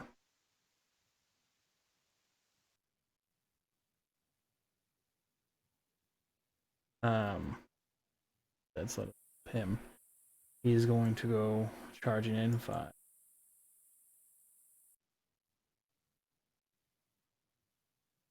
30. Seeing you, who were the source of what killed his goblin army, going to throw 2 javelins at you. It was just a joke.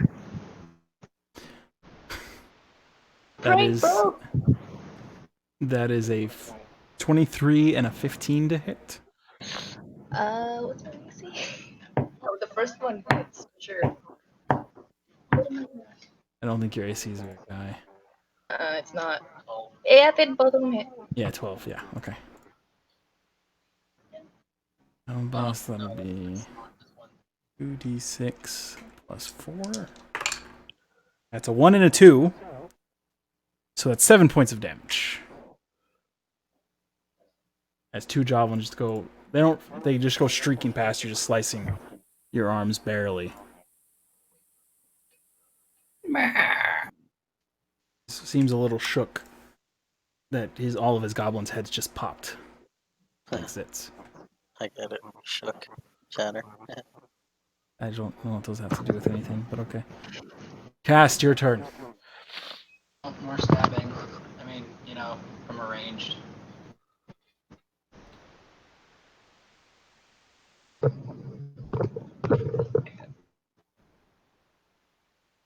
Are you guys updating your health in D&D Beyond? Yes. No. Well, you didn't take damage. Kraken did. I did. I updated it. Okay, I got you, bro. Oh, Cass barely took it. Okay, I'm gonna shoot this guy. The boss that's running, throwing javelins. Yeah, sure. Fire away. Oh, wait, why did I? Oh, I'd seen. Oh, okay. Good. No damage. Fire away. 16. He smacks your arrow out of the sky with his shield. Very fast reactions with this guy. And then. John, but he doesn't have a shield. He does. See that little buckle on his left arm? No, I can't see it. I think it's actually a shadow, but whatever, it counts. He blocks with his shadow? What a fucking badass. It's Mordhau all over again. Ha! That fucking game.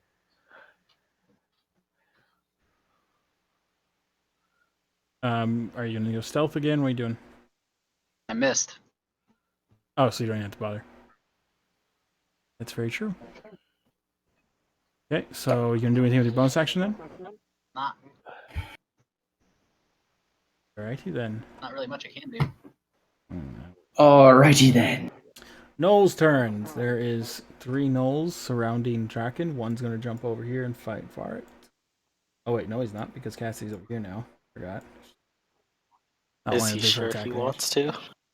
Doesn't want to fight you. Rather fight this little girl that tried to stab him in the face with a dagger. So the 2 on Draken will swing away with their spears. That is a 8 Miss. and a 21. The hit's a hit. It'll be 5 points of damage. All right. Your face. And that ends their turn because another one will attack Cassidy with a 14. Fuka you. Your AC's higher than that? Oh, 13. 13. Okay, so I'll hit 4. Wow, 3 points of damage. These D6s suck. Where's my balanced 6s?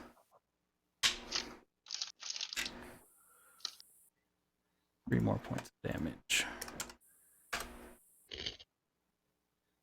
And then that'll be Kraken's turn. Oh, okay. Oh, sorry. We'll attack this bad boy right there. Oh. Wait. Which one? Yep. Left one or right one? This one right here. Okay. With Warhammer. Swing away. That'll hit. Do you want to cast your Searing Smite? Exactly. I'm gonna cast it at 3rd level. That's okay. 3d6. Oh my god.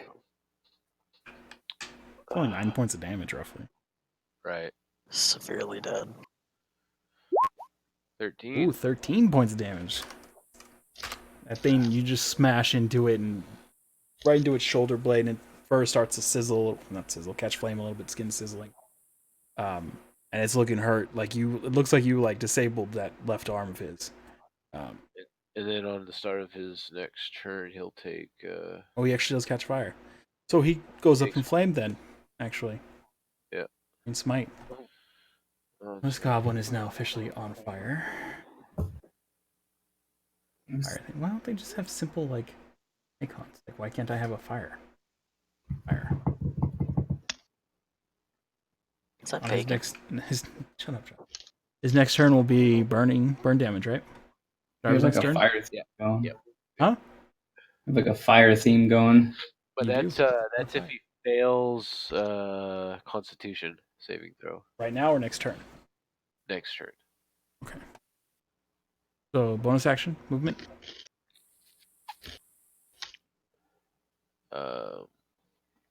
Bonus action. Really? Mm-hmm. I will cast Mass Healing Word. Oh wait, no, sorry. Kroll is the only one that said, other than me, that's taking damage, right? Oh no. Cast me and Kroll. And with this, I can up to 6 creatures of your choice. Yeah, that's alright. I'll cast this. So we knock that there. Let me see if it's on my Cassidy and Kroll have taken stuff. It's not here. That's okay. What is the dice for it? Yeah, because I didn't know you take that, so I don't have it in your spell. Okay. That's alright. That's alright. I can add it real quick. Give me 2 seconds.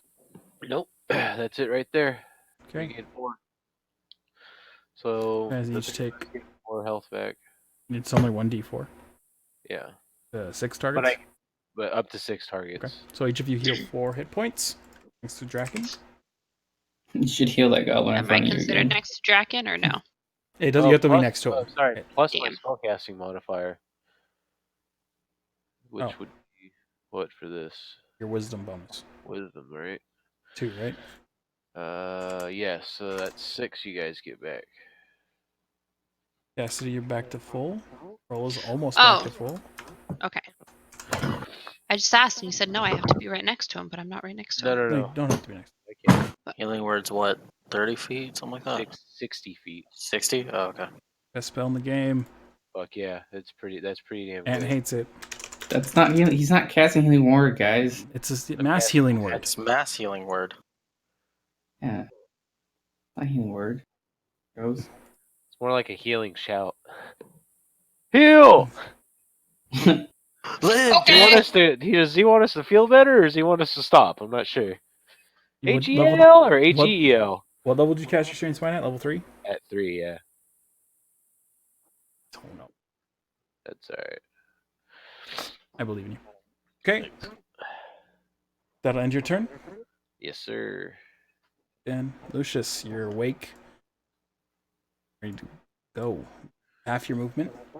Go poke shit, brother. Poke shit. I'm gonna poke shit. No, I don't want to poke anything. Don't poke shit nothing, man. I'll show you. Do it. All right, 15 feet of movement or what? Yep. Yeah, 15 feet. Okay. I'll move over here.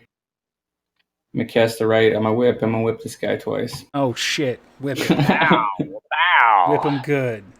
Da, da, da, da, Nice. Da, da, A natural 1. da, da, 17 hits. Okay. That one's laughing at Not your for first one, whip just that your did flourish crack in the Yeah. air. Yep, that's all that was. Oh, is my right damage more now? I don't know.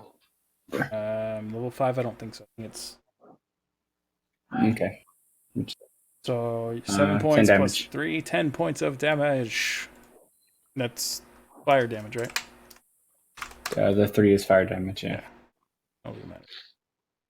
I doubt that they. That's all. That's just all. Fucking goblin dude needs a.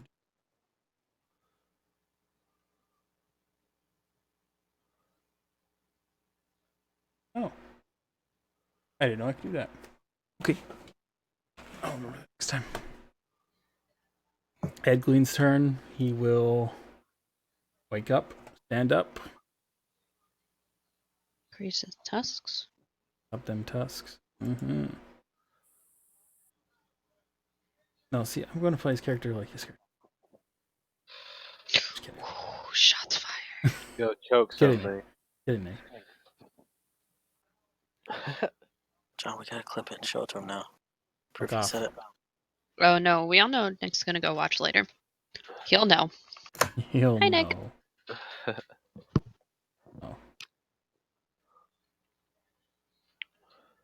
Oh.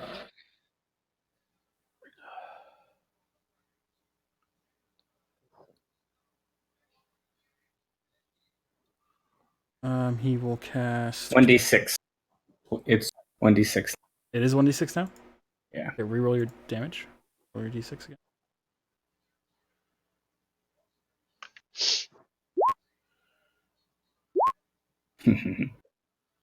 Ball don't lie. Wow. Alright. Sometimes life's funny Nice. like that. He'll roll his ice knife on the goblin boss that Lucius is whipping away at. A little fire and ice over here. That's it at second level. Dex save of 13.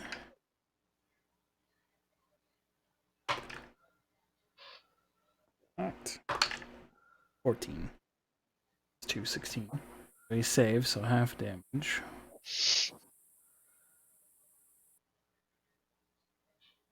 Oh, I didn't mean to cast again. It's okay. 1 point, 110. Nothing within range of him. 2d6. So 6. 10.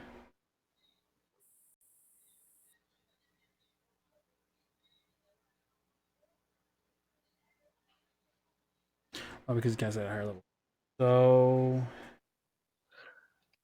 it did succeed, so it didn't take any of the bonus damage. Took the 1d10.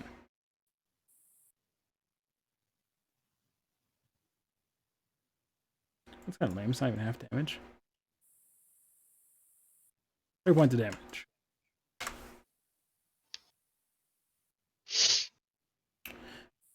His turn, Vart. I will move up Fire and ice here. exploding in the background. I'm Goblins assuming this popping. is. I'm assuming this is a null. Reckless just They're all swing at next him. to those. Oh, Which one? That's the one in front of me. That is a 17 plus 6. Hit. Ooh, that is an 11, 3, and 2 again. 11, 3, and 2. So 16 points of damage. Thing. This one doesn't even see you coming. You just swing your great axe right into his back, get him in the upper shoulder area. Nice deep chunk that just starts pouring blood out. And again. Swing away. That's 7 plus 6. That's probably not going to hit. With advantage. Wow. Yeah, I rolled in that one, so it would have been worse. Yep. The 13, he managed to take a step back and bring his shield up and block the second attack. Fuck, it's just like goddamn Mordo. Fucking All the shield jukes, is man. failed. The fucking pro jukes. And your turn? What about a firebomb? Yeah, Yeah, I sure. know, right? Firebomb. Just pop. That's all I got. Okay. Goblin or Knoll Pack Lord, he will use his Insight Rampage, and that Knoll you just hit will turn and swing at you for 23 points. 23 to hit, sorry, points. Nah. That'll be 5 points of damage to you, reduced to half. So 2 or 3. 2 points of damage. And then he will, let's see. And he'll attack you twice with his glaive. Life. What? I don't know. The guy did 2 damage. I don't know if he wants to tag him. That is a 17 to hit. And a 17 to hit. Both hit, right? I'm pretty sure, yeah. You don't have any bonus AC yet, right? No, I have like none. Okay. That's 1d10 with each attack. A 1. So that's 4 points of damage. And 10 points of damage. Plus 4, 14. Those already halved? No, 14 plus 5. 19 reduced to half, so 9 points of damage. So you're back. Swings down, cuts you right across your back with the glaive, with your enraged, thick skin just kind of deflects most of the brunt, but you are bleeding a little bit back there. Okay. Okay. That'll be the end of his turn. Yep. Cassidy, your turn. You're surrounded by gnolls. Yeah.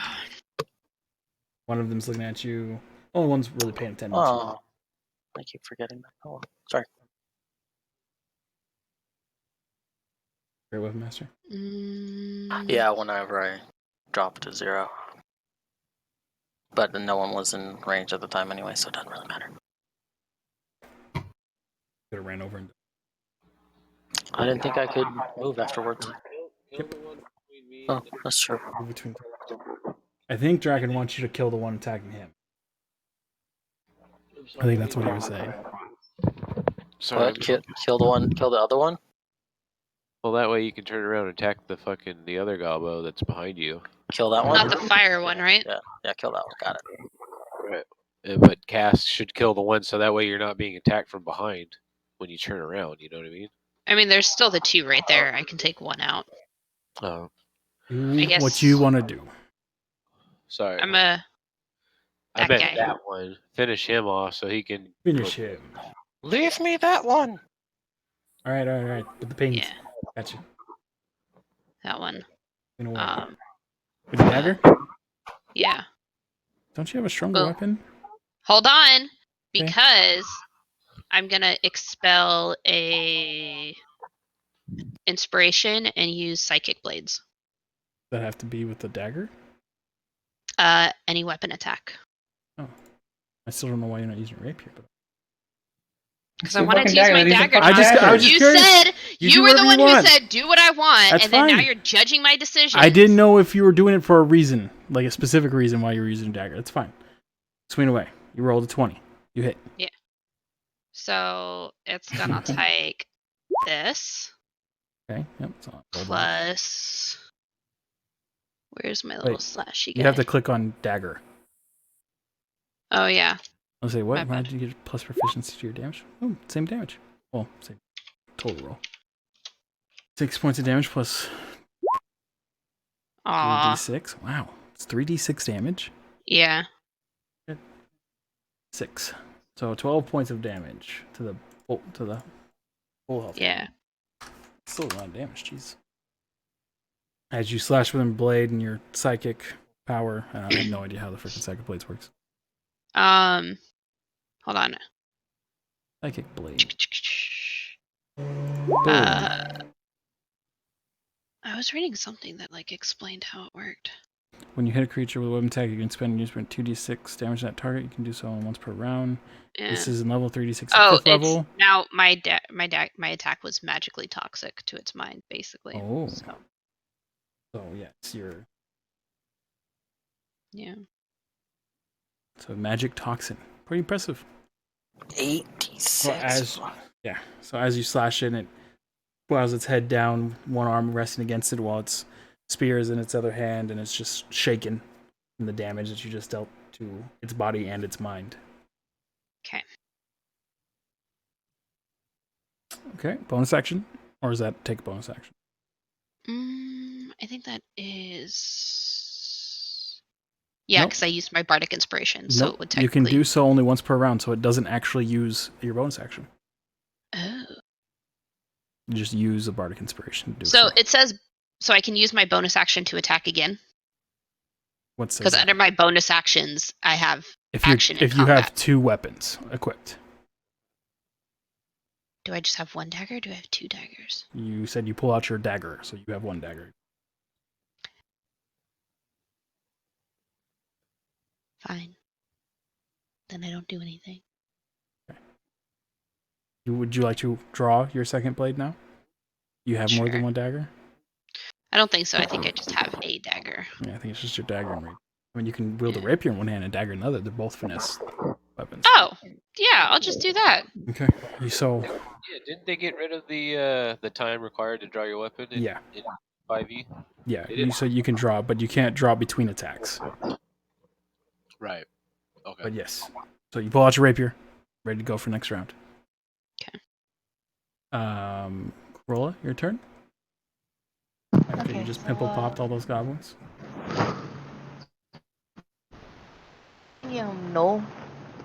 Boss? No boss, okay. He is the Null Pack Lord. He's wearing chainmail versus the other Null Sword wearing hide armor. He's a little bit bigger. He has a very large glaive. John, I forgot those attacks against me. Did you roll with advantage? It doesn't matter, you got hit. But let's see if you got crit. Okay.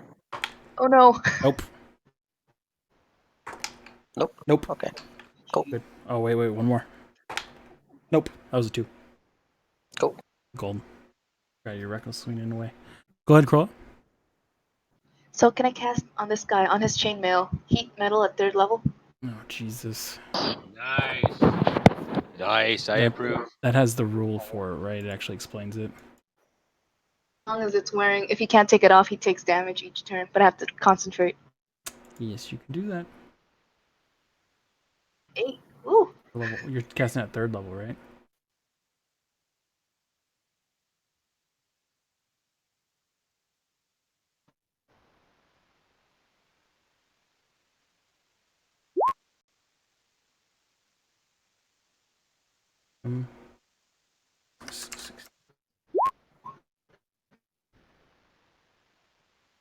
Sorry, that was... Oh. Ignore that. It's your... Right, I was just looking at the stats, so it's just easier.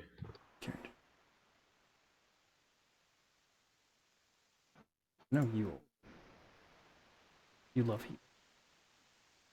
Because it's trolly as shit.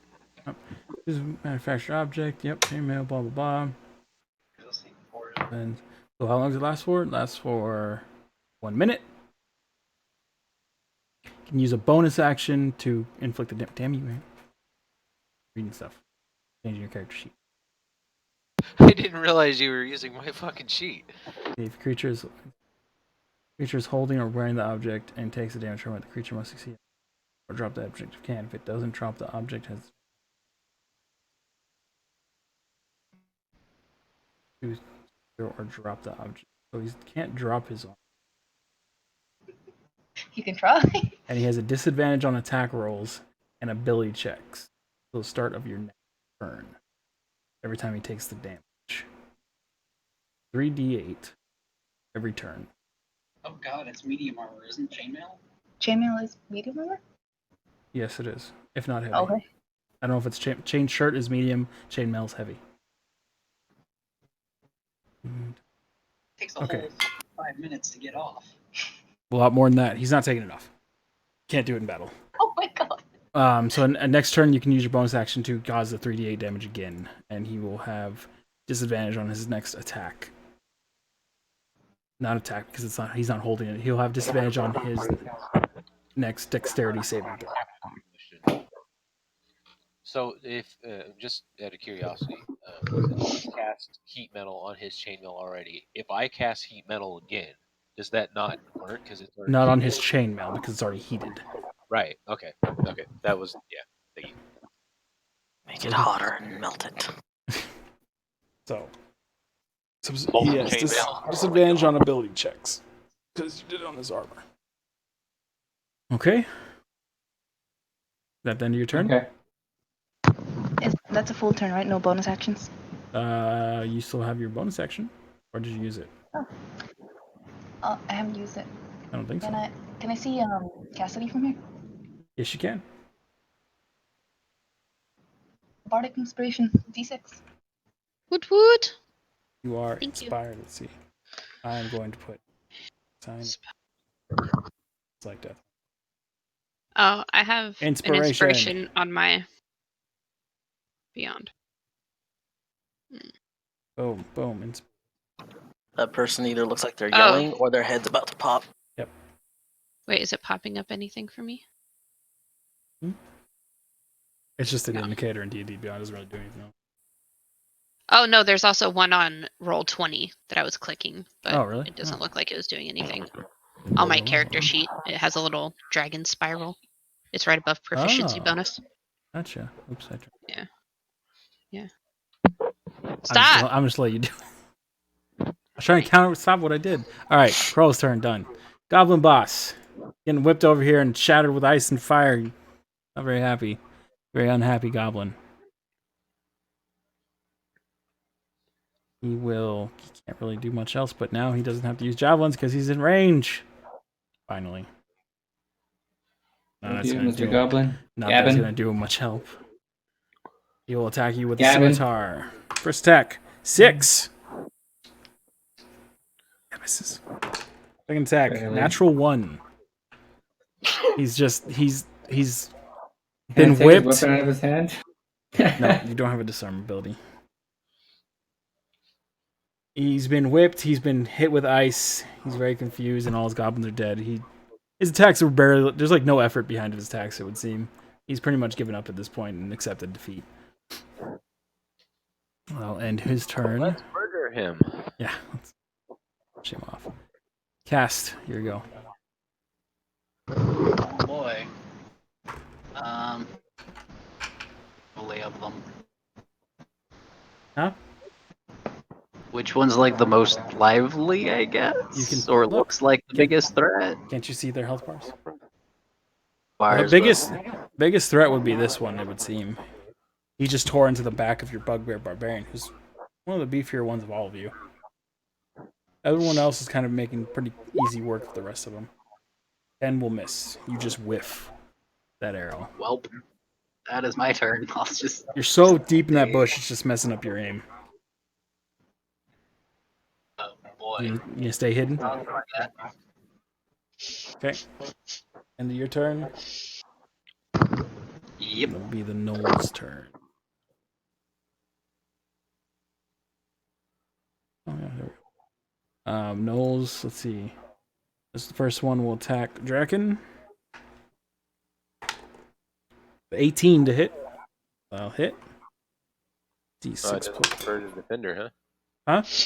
Doesn't defer to defender, huh? No. You have to meet the AC. So that's 8 points of damage to you. Okay. 9.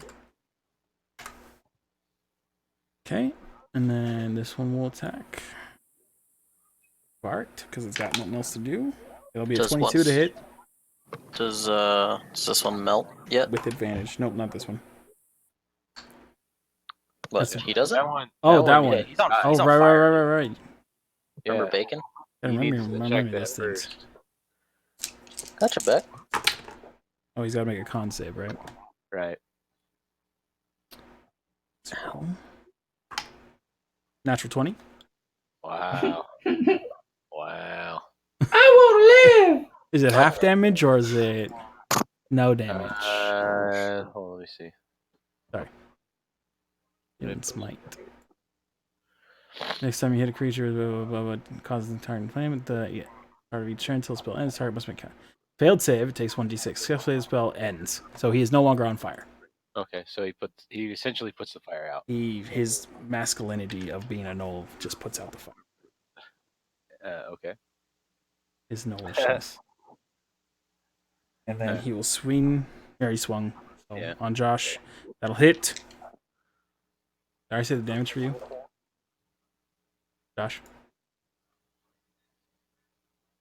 Josh die? Josh! I'm good. Sorry. Did I tell you damage? I didn't, right? Or did No, I? you just said 22 to hit. 22 to hit. Rolls a whopping 3 damage. Reduced down to 1. 1 damage. Third one will attack Cassidy. Nice. Which- Evened out. Oh, that's the one off. Other one off. Wait. What? Don't tell me if he hits or not yet. Okay.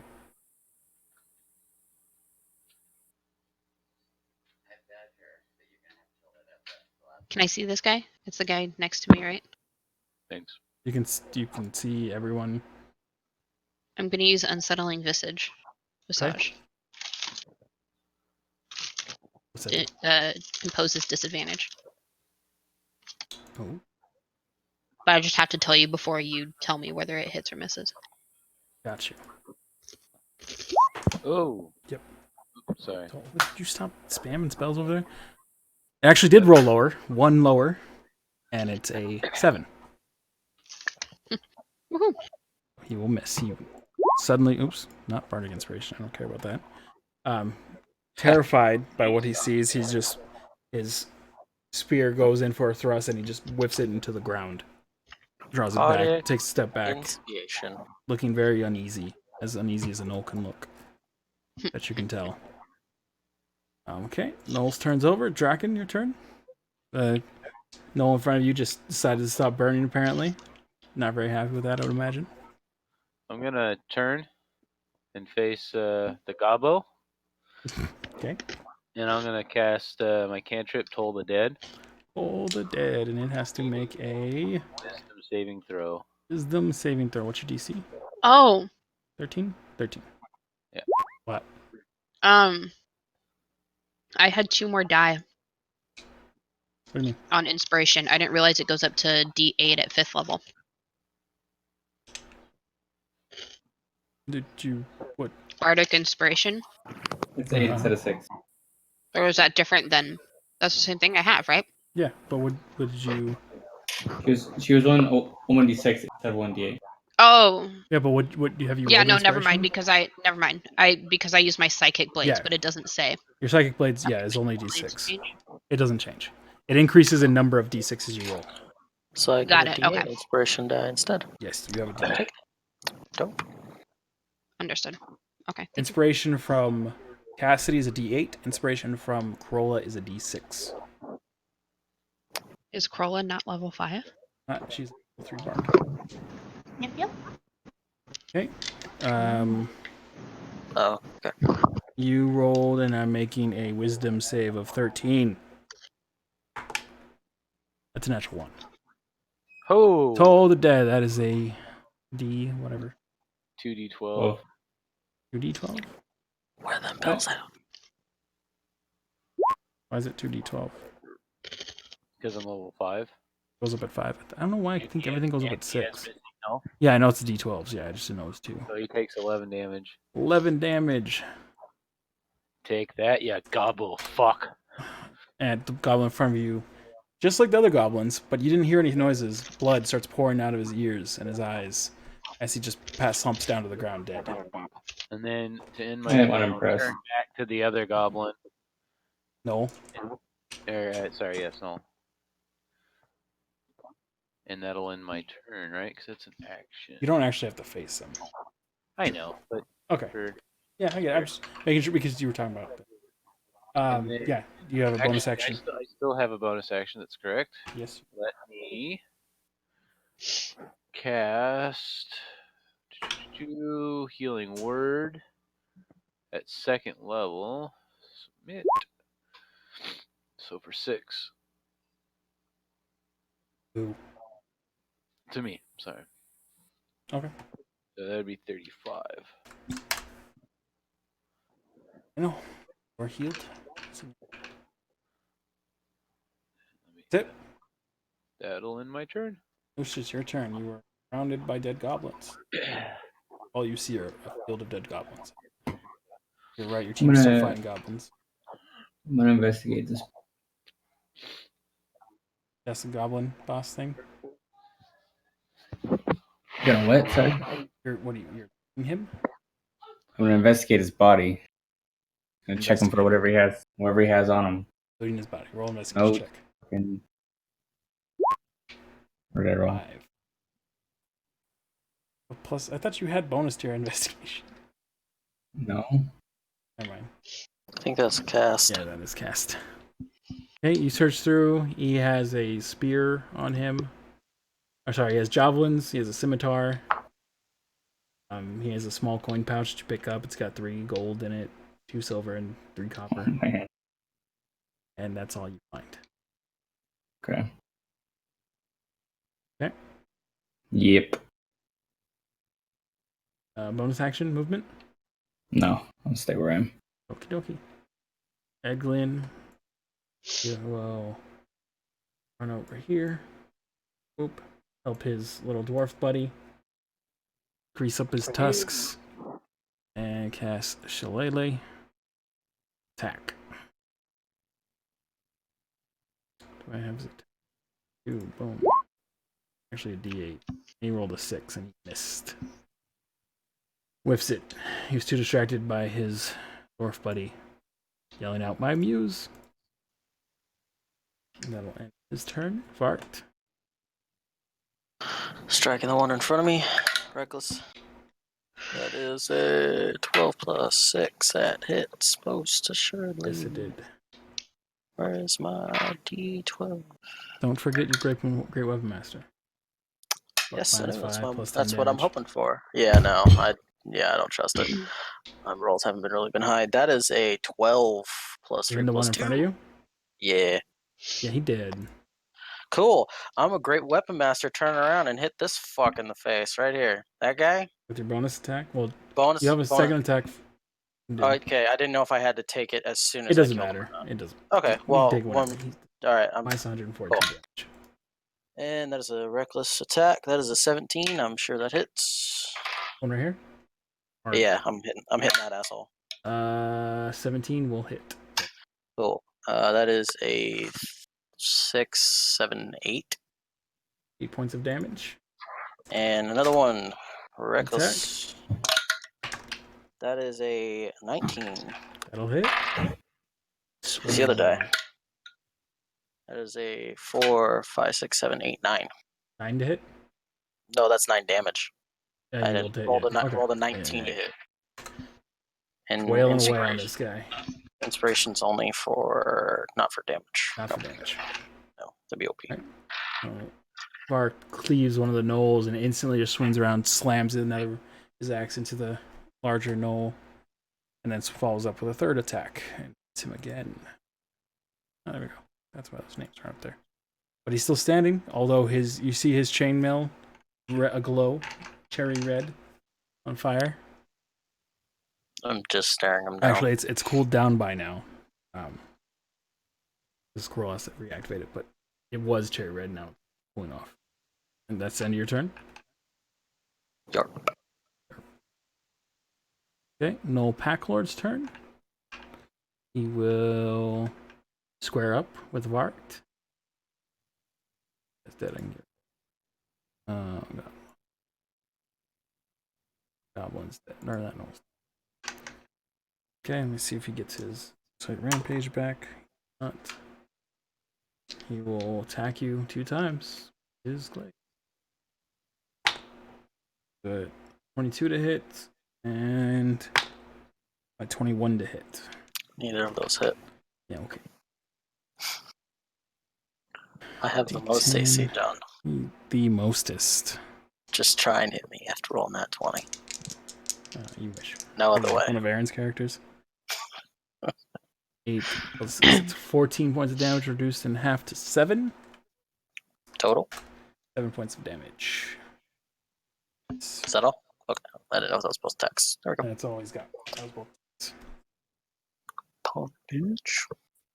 Cassidy, your turn. That guy, it's my rapier. The 3 health guy? Yeah. That'll miss. Aw. 12 to hit. Well, then I guess he gets my dagger.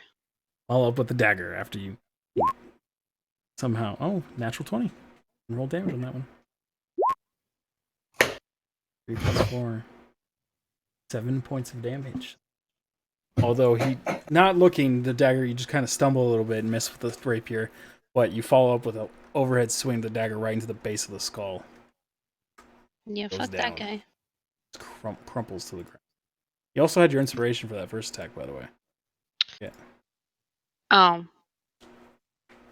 John, just for the sake of it, did an old boy roll with advantage? Okay.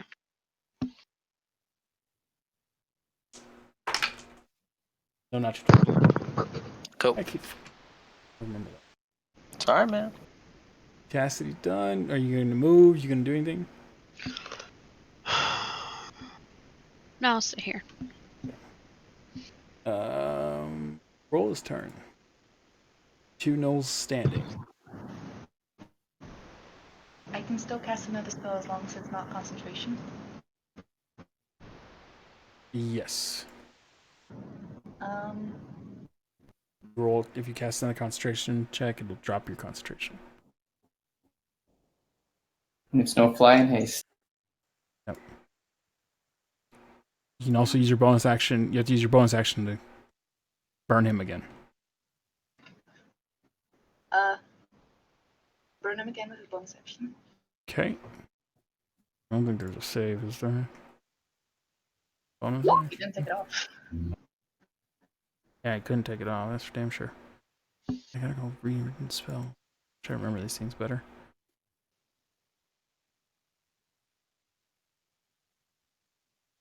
Blah blah blah blah blah. Go right behind your gen content. Take 3d8 fire and cast the spell. The spell ends, you can use bonus action, so it causes damage again. So roll another 3d8, like you just did. 14 points of damage. You start to smell the flesh burning, and you can see the skin. Vart can. The skin's actually adhering to the chainmail. Hotter. I'm gonna cast Firebolt cantrip. Firebolt. Roll attack. +6. Yeah. It's not in your attacks. Yeah, it's right there. +6. 10 fire damage.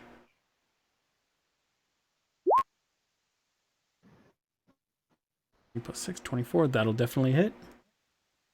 And that'll kill him. God damn it. He had 2 health, so no matter what you rolled, he was dead. So on top of the already burning chainmail, hit with a firebolt, and the rest of his flesh just sears and burns the chainmail as he just kind of cries his little gnolly cry as he crumbles to the ground in a heaping like slag of flesh and metal. Eric did it, not me. Death is now dead, and that leaves one poor little gnoll. Cast your turn. Redeem yourself. Actually hit something.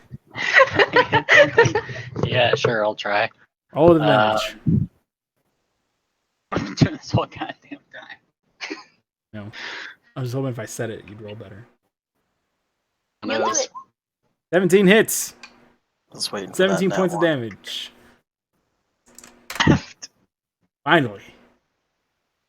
Can't say this Null you've been facing off with in front of you, who's been just trying to kill you. He, throwing his spear forward to thrust, and all of a sudden an arrow just pops out from behind his head through his eye. There's just a null eye at the end of an arrow about half a foot from your face. It just crumples to the ground. And then he stealths, and then casts. You see Cass for a moment before he dives back in the bush. Gone. My bush now. The bush warrior. He's a bush diver. Damn it. Holy diver. You all take a breath. Too long in the midnight sea. You look around, you see everything's dead. As fast as they came, left just as quick. Dead. Everyone sees Lucius rummaging through the pockets of the goblin, the bigger goblin. Crush this one's shit. skull with my foot. Okay. Bart steps on the larger Knoll's head, brushes it, and it gets stuck to his boot because it's kind of melted. I'm not wearing boots. Ew. Your foot. Oh god, that's Oh, even better. It like squishes between your toes Investigation and check. Just start Yeah. wiping it on the grass around. You find between the three. I'm assuming you're doing all three bodies. Wait, someone else rolled investigation. Oh, that's not. Oh, that's Cass. What are you doing? You're over in a bush. Investigating. Investigating what? The bush. The bush. Okay. You find a caterpillar. Aw. Cass, between the three bodies, you find about 7 gold. Okie dokie. I'm gonna take the gobbo or the Knoll's glaive. That's this one. Yeah. Okay. What does the It's- null have that's not melted on him? It's about 3 feet taller than you are. The glaive? Yeah. That's okay. Very awkward while you have it. I'm gonna store it on the good old lodestone.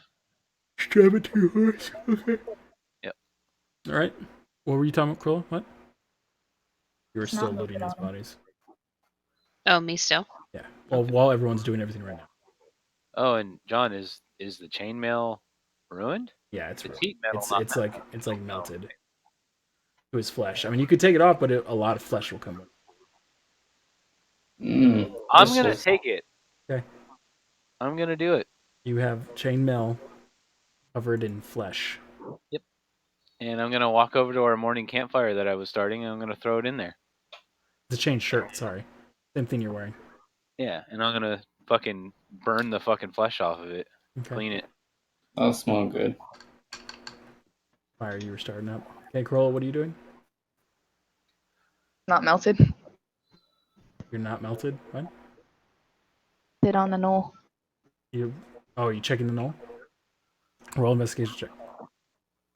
Eglane's gonna go over here with his muse. Okay, now I see you move over to the elbow. Go and roll another investigation check.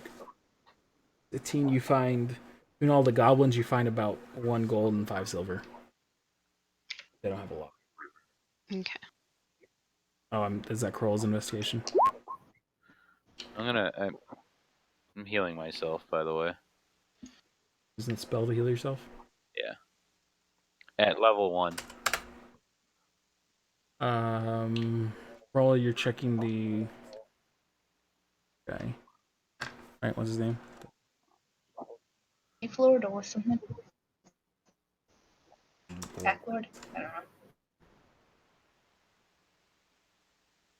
know. 1 second.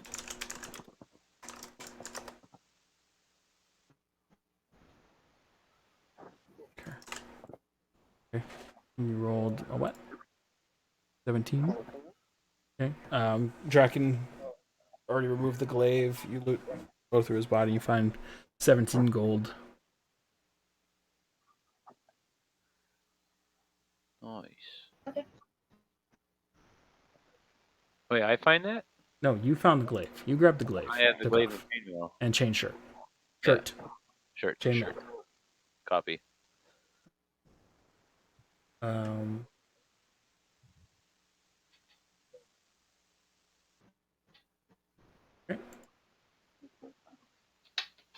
the other compatriots of our party okay? Everyone looks. Oh yeah, the villagers, they're fine. Bark's looking a little rough. I just go and just sit back down and hang out with Celine. She was just saying that she was standing over the defensively. Yep. All right. And since Eglian's not here, I'm gonna give him 5 of my ingots. Just looks down at you and says, "I'm not carrying. Oh. I'm already carrying 2." Is that Corolla saying that?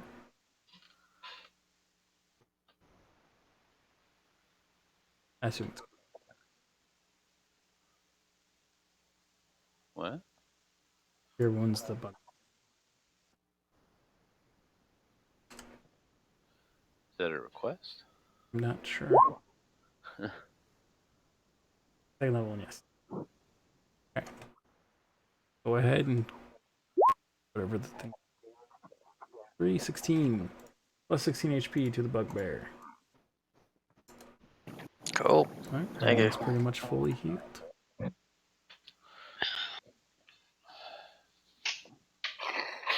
Okay. So you can get roused. The villagers thing wake up. Well, get up. They weren't really moving. They were staying back. Oh, we knew the Highlands would be dangerous, but we didn't expect such aggression. Yeah, there's a lot of tribes around here that are kind of assholes. Yes, but we've been through here, and it never this bad before.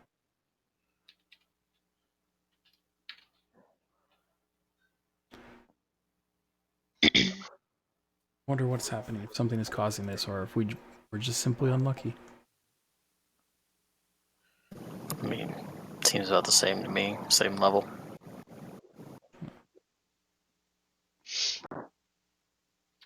Well, should we finish getting ready, have our meals, and continue on? Yeah. Just leave the bodies here for the wolves.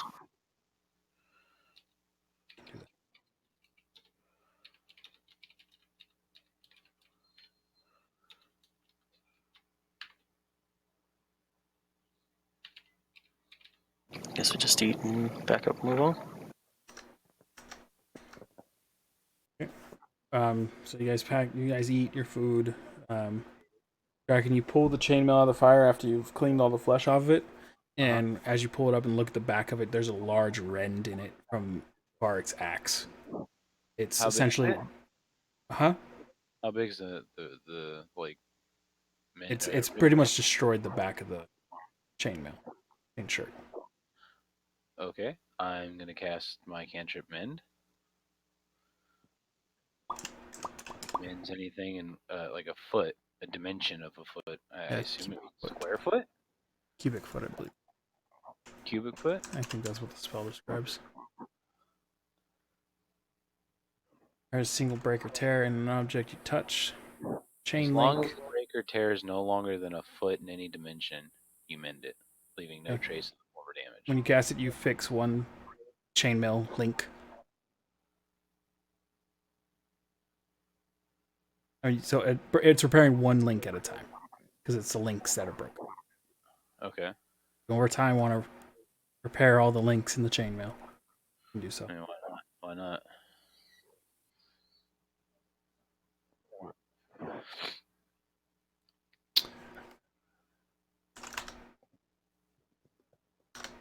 Dumb. I don't know why they say you can't repair it all at once.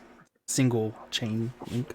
Well, It's because it's chainmail, I the guess. description it like gives, but then it says as long as the break or tear is no larger than a foot. Yeah, but it can only repair a single object at a time. So a chain shirt's not one single object. Right, I see. Okay. Yeah. If it was plate mail, it would just. Yeah, exactly. Right. But either way, it's a cantrip. You can cast it multiple times every 6 seconds. It's fine. You're There prepared. you go. Okay. My ear. So you guys continue on your journey. Celine says, I don't think this will inhibit us very much. We should still meet up with the village by the end of the day. Good, I hope so. Really wanna hope Olivia's made something good for dinner. I hope so. As she like bites into like a chunk of jerky. Talking meat. She just kind of laughs and shakes her head and continues on. You guys continue on for the rest of the day, relatively uneventful. You see signs of other movement through here, other than the villager, things that match up to the goblins and gnolls you saw. There's not much concern for the village because the village is such a large size. Usually these creatures tend to attack smaller groups. So you continue on until about midday. As you crest a hill, you look down into a valley. A very large part of this valley is darkened, like the ground was burnt. And you can see like small structures that have been destroyed, not cleared away at all. And in the center of this this destroyed, what seems like village, is a large group of people with caravans and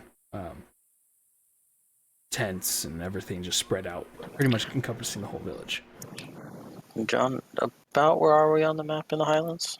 You are right about there. Do you recognize this place? Recognize this location. Brief from when you were very, very young. This was actually where you grew up before it was destroyed. Okay. Just happened to be returning to you in the same location. Different village, different family, home nonetheless. Mm-hmm. Coincidence. Oh, it's almost like it was written. It's destiny. Dun dun dun. So you guys crest the hill, go down, approaching the village. As you approach, you see a large group break off and head towards you on foot, as the group caravan horses are all tied to either wagons or being I forgot the word. Take a horse off a wagon, but not shod, but fed and everything, watered. They break off and they start approaching you, seemingly slightly hostile at first until they get closer and recognize you. It is the group that typically protects the village, Bart, as you know, led by Jasper. And as you approach, you can see the relief in his face, seeing you and your mother and the other villagers to save. He welcomes you. Very happy, gives Celine a hug, welcomes her back. Very happy to have her back. Okay. I'll keep switching from his name to Draken. You ride into the village, and immediately as soon as you get to the village, word seems to have spread, and here come your three sisters, just hauling towards your mother's side. Jump and catch her and give them hugs, reunited. Your smallest sister seems to be mostly recovered, Rose. Able to move a little bit slower, but still moving. Still very excited to see you and your mother. And you're all reunited. Bring you into the village where they're starting to cook dinner. You guys enjoy dinner together. They set up campsite for you off to the side, where you can lay down all your camping gear. And you can rest for the night if you choose not to do anything else. I guess I pretty much introduced everybody to to my family, I guess. Okay. Just, say this is my group, exposition. Okay. Blah, blah, blah. Vart introduces all of you to his village, the three sisters, his adopted sisters, his adopted family. Celine being his mother. They're his three sisters. They're young-ish. Two of them older than Vart, one younger. There is Abigail, Olivia, and Rose. All humans or what? All humans. Oh, sorry. I As you all look around, yeah. you notice there's not many bugbears, if any, actually, besides Varkt in this village. Pretty sure there isn't any. There's none. There's no other bugbears in this village. I lean over to Varric and whisper, Varric, I think you might be adopted. Yeah, yeah. I told you that. When? I wasn't drinking, was I? Actually, you know what? Now that I mentioned, yeah, you might have been. Oh, the things that slipped my mind. I just slipped them. Still not sure. I just tell him, smell the sister, Gail, other older sister Olivia, youngest sister Rose, all that. And I just kind of hang out with them for the rest of the night.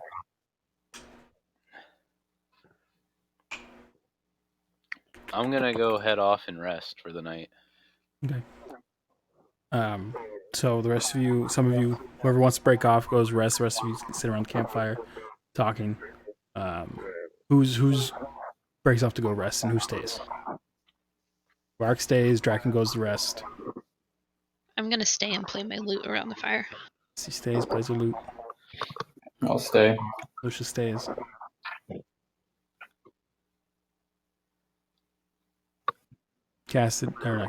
Corolla and Cast.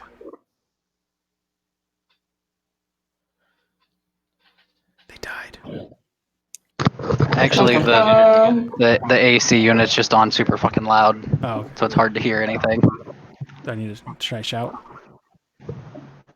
So you guys all get introduced. I don't know how much you heard then. We heard all his sisters. Okay. Draken breaks off to go rest in the campsite. Everyone else seems to stay. Edglin goes and rests as well. What are you two doing? Draken say to Edglian, I thought he was just a hairy human. God. I'm gonna go rest. Okay, Crow rest. Cast. And I didn't really do anything, so I'll just go fetch my arrows, and that's about it. Okay, you're gonna go all the way back and fetch your arrows from the fight. Did I not already? I don't. You do that. Sure. I assume you do that automatically. Yep, Because you whiffed quite a few of them. But you've traveled the rest of the day, and now you're with Oh yeah, village. that would be kind of a setback. Yeah. All right, sleep it is then. Okay, you're gonna go rest too. You seem to be a little bit out of it, even though you didn't do anything apparently. I mean, I could always do a watch thingy. I only need 4 hours. Well, it's up to you. You're with the entire village. Varric, Lucius, Cassidy are all hanging around the fire with the rest of Varric's family. Draken, Edglian, and Corolla went off to bed. So, Yeah, I'll go hammock somewhere. Okay, you go set up a hammock. Tied up 2 dead trees, easy enough. Take that hammock, please.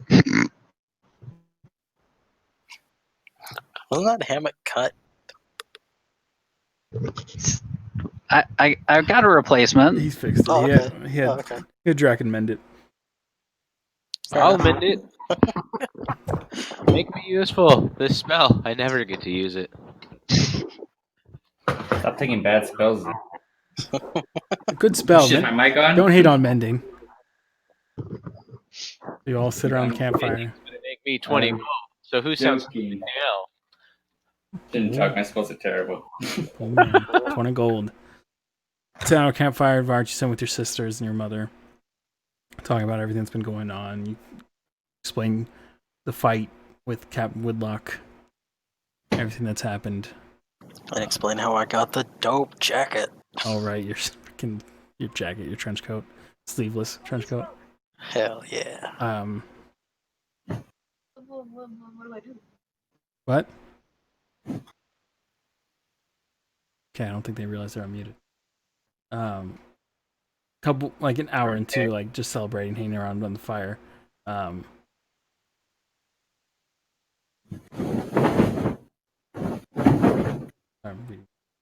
Moving furniture over there?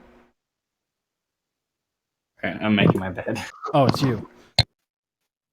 I know it's you. Man, you make your bed roughly. Abigail comes up to you and asks you more about your friends, how you met them, where are they from. Well, think the elf one and Yep, Lucius remember all of our backstories. Go. are from. I think they're from up in the I was north, just thinking that too. near Sarenvale. They fell through some sort of portal. Edglian was from the pirate ship. The dwarf is from Von Moradin. That's I right. think is how it is. Nice job. Pretty good memory. I know it, but I'm trying. Yeah. Anyways, Cass, I actually have no idea, but and Krola, I think, is from up in the north as well, but the other side, more towards the other side, opposite of Sarenvale. Cass and Krola kind of found me in the Tertiary Timberlands when I was trying to get away from some, I don't know, noble hunters or whatever. And then we all, booked a trip down to Rivermore, and we just kind of met up there. So far, we just kind of stuck together. As you're talking about, Olivia also walks up to you as well and seemingly listening intently. Wait, which one? Olivia. You said Olivia talked to me first. No, Abigail talked to you first. Oh, okay. Olivia also sits down as you're explaining this, and Olivia is looking out where Cast is hammocked, and Abigail takes a look over in Lucius's direction, and they begin to question you about Lucius and Cast. You get the feeling, as an older brother figure type, that they're more interested in those two specifically. Well, I don't know, Lucius is kind of weird. He does magic, but then he also, attacks with a sword and stuff, kind of stabs things. I don't know. It's kind of, I don't really know. He doesn't really talk all that much. Same with Cast. Although Cast is kind of shady, it seems like to me, anyways. That's just me. Shady. Oh, shady. I mean, he's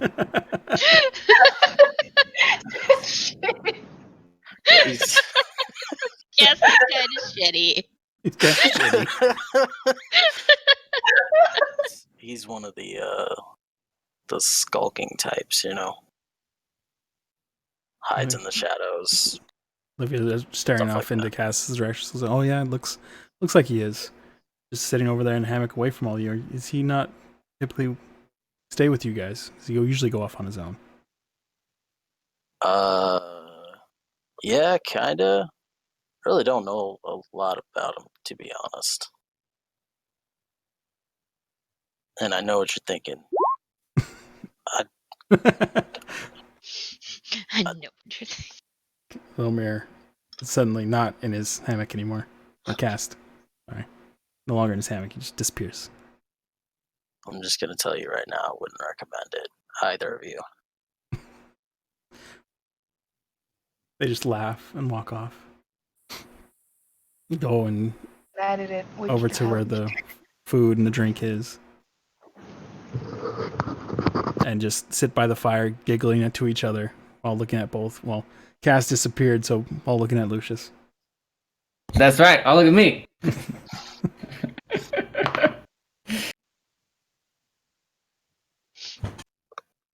You guys do anything else for the rest of the night? Later on into the evening, can I, presuming there's no standing structures left? Mostly, yeah. It's from just over time and yeah, everything. It's pretty much just, you kind of just like see spots on the grounds for the most part with debris. Do I remember where my family hut would have been? It was a pretty traumatic event. I would imagine it's probably burned into your memory, but that's up to you. Yeah, I think I'd remember where that hut is, and probably where my grandmother's was. your hut, being as your father was the leader of the tribe, right? Yeah. Was closer to the center. The village is camped off center a little bit south of the center. So there's some tents nearby, but not many, around where your family home was. Your grandmother's was more on the northern side, where there's no other tents and campsites at. Can I go over to where my family hut would have been and just kind of sit there for a little bit? Mm-hmm. Not a problem.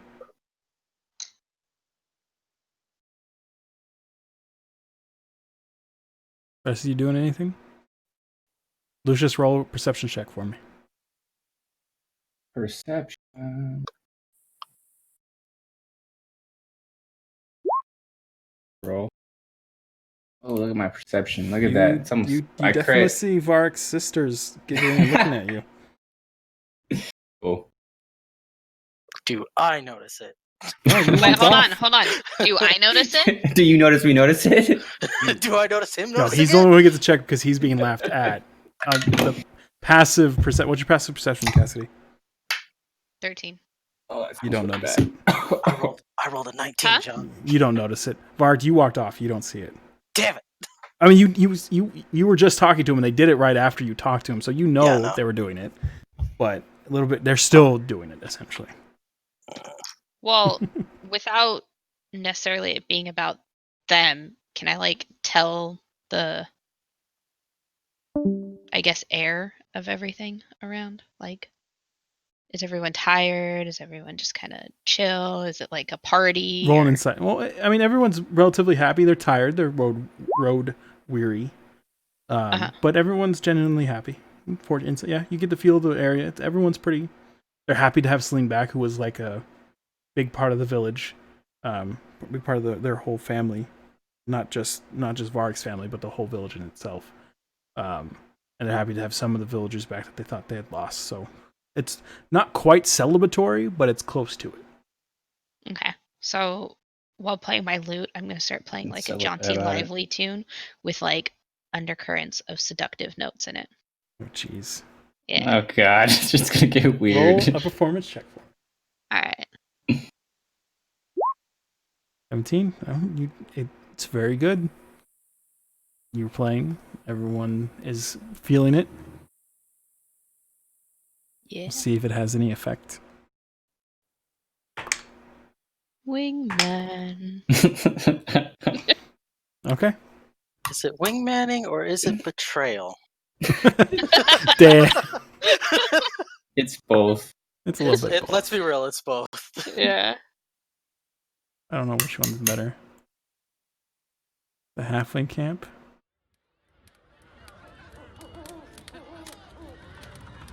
It's a halfling? Yeah. Oh my God, stop it. That's too cheery. That's way too cheery. Yeah. It's only been like a month since half our people got fucking slaughtered. That's way too cheery. Not seductive enough. It's just got whole. Why'd I bring you on here?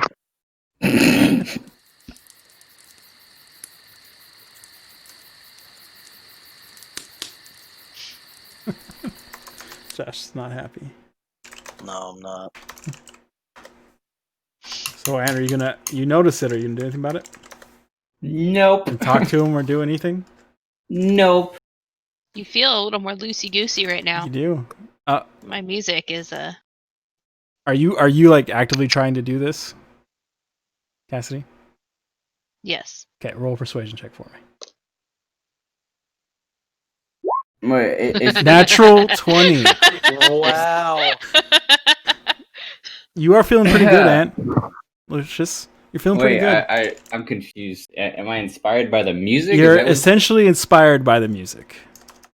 I mean, it is what you do what you do, but you do feel good.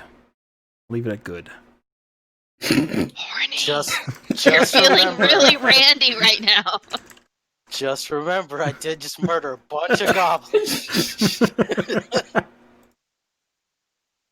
I'm not doing anything. I'm sitting there enjoying whatever I'm enjoying. Enjoying whatever you're enjoying, huh? Yeah, this is new to me. Wait, are you a virgin? Oh, jeez.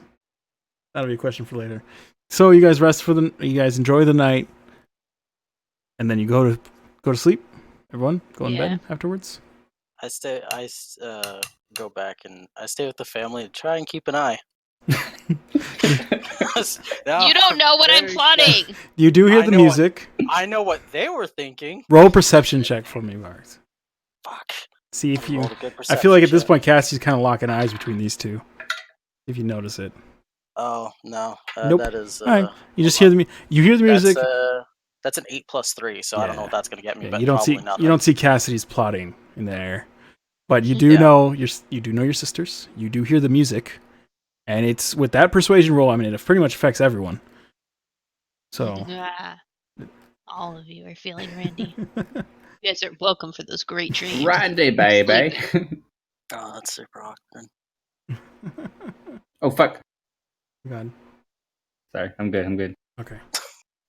And then so you all go to bed. And shit on fire over here. Oh god.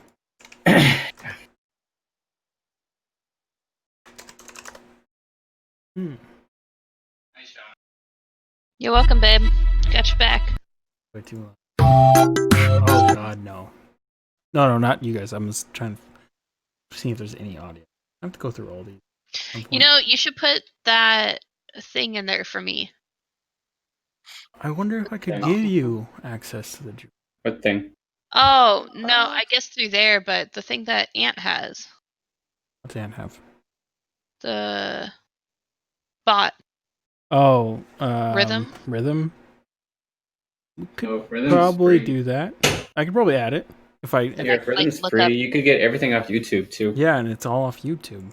And you just for you, I would just suggest doing exact titles, but yeah, we could probably do that. Okay. Add the bot.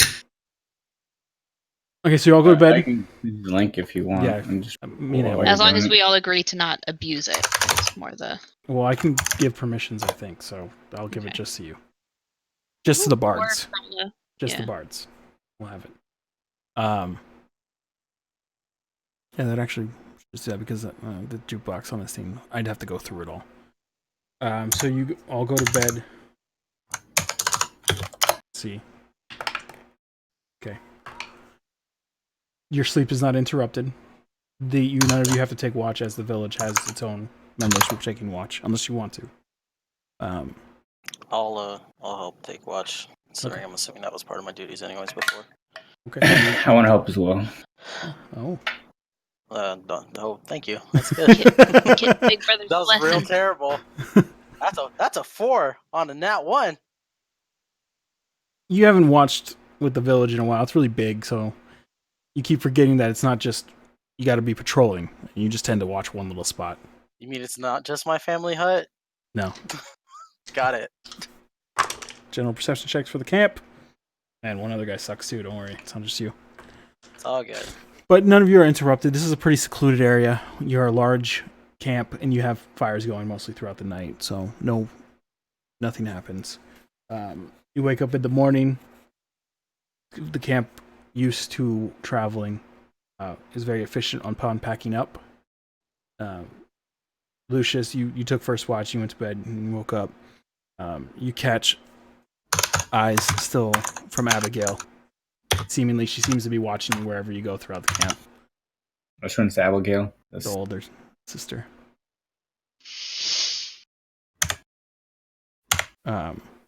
Bart, you notice her still watching him. I just gave her a head nod. That's all. You give a head nod. You turn, look, and Vark's just staring at you. little bit of rage flare, just a little bit. I turn the other way. That awkward walk back to the campsite. To whistling loudly. In the morning, Celine comes and finds you, Vark, and thank you for escorting us. I know that from what you guys were talking about, that you need to get on your way to wherever this is you're heading up in the north. We'll be fine from here. We're going far, far away from anyone near Cliffguard. people just are terrible people. Yeah, kind of figured we're going pretty far from Cliffguard as well. Dun, dun, dun, dun, dun. Oops, I was muted. Be safe. Oh, right. Everyone can hear my volume.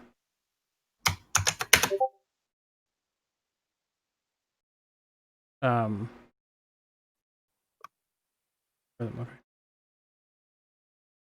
Just yes, of course we'll be safe. We'll make sure we get there. No problem. Be safe on your own adventure. Seems like you that far to travel. I imagine you'll come across many dangerous things. But yeah, we've seen you and your friends, and pretty confident you're going to be fine. Hopefully the Tersar Timberlands will be a little bit safer. Just make sure to not piss off the elves. They hold grudges for a long time. That's a good point. You can ask your dwarf friends about that. What?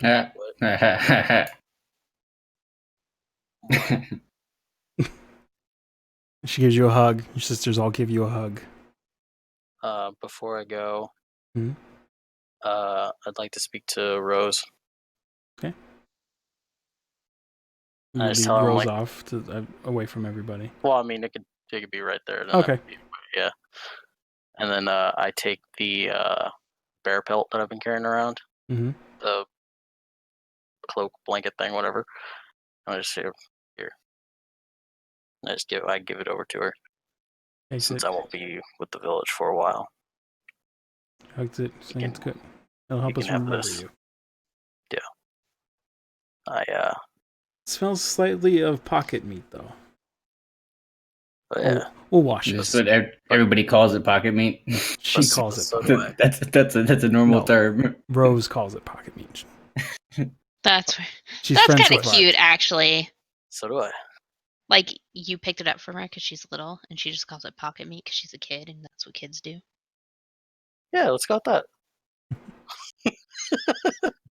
That's okay. I call hand sanitizer now because it's amazing. So I totally don't just call that because it's meat in a pocket.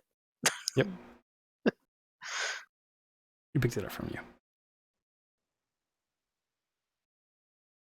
Tells you come back safe. Wherever you're going, whenever you come back, just make sure to come back. You keep mother and our sister safe, all right? I'll do my best. I didn't do too well last time, but I'll get better. Get better. Just do the little tiny headbutt thing, like you do if like a kid's trying to headbutt. You just fake it. Mm-hmm. Do that. Laughs, giggles. But when she does headbutt you, it is actually hurts a little bit. Yeah. She's getting tougher. What is Rose? Is Rose a human? Yeah, they're all of them are humans. All his sisters and his mother's human. Just making sure. I think the majority of the village. Majority of the village is human. You see a few halflings here and there, a couple elves, half elves, not full-blooded elves, but half elves. But mostly human. Okay, thank you. No dwarfs. No gnomes.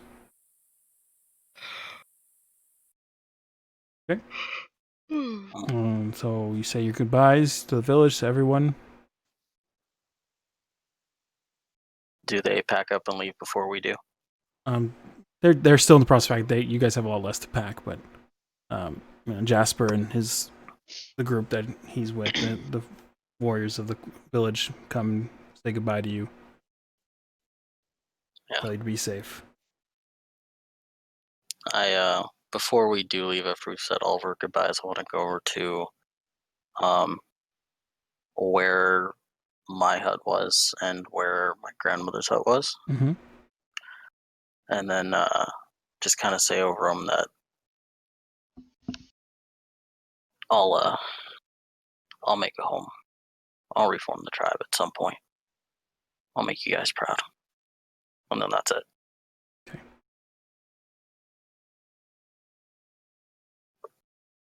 So you guys pack up and you begin to leave. Are you going to head through the remote highlands? Are you going to head closer to the coast?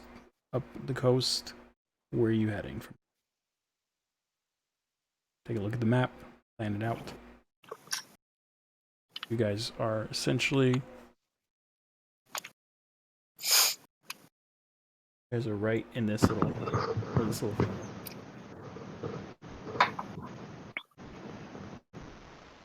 I would We need assume. to head towards Sarenvale area, correct? Yep, you're heading But up here. Tersar Timberlands is dangerous, mostly due to the elves. I mean, perhaps we can go along the coast and see if we can find us a ferry that'll bring us up north. Hop off in Will-to-Well. Well, or I think there's a stop. I don't know how much I know, John. It's Wildwell. Do I know about Well. this city right here? What? You Yeah. know Do I know of about it. this? You know, Krolla knows of the history growing Okay. up near that tower. Cassidy, you haven't been to Wildwell. Furthest you made before this whole thing happened was into the Tassard Timberlands. Roll a history check. Corolla, you go ahead too because it was closer to your side, but the rest of you don't know anything about it. Me too. Team. Corolla, I mean, you know, it's one of the closest human cities to Rakana. Sometimes you would do some trade down the river, up the river with them, but not much is known. Just other than it's a human city. Cassidy, Okay. you know of it a little bit more from your tales and everything from your traveling. It is a human city. It is one of the most remote human cities in all of Astania. There is a mixture of humans and other bestial races, such as more civil bugbears, Aarakocra, the bird race, Loxodons. It's just a good mixture of humans and bestial races like that. Okay. Civilized. It's not. It's built. There's buildings. It's stone. It's made.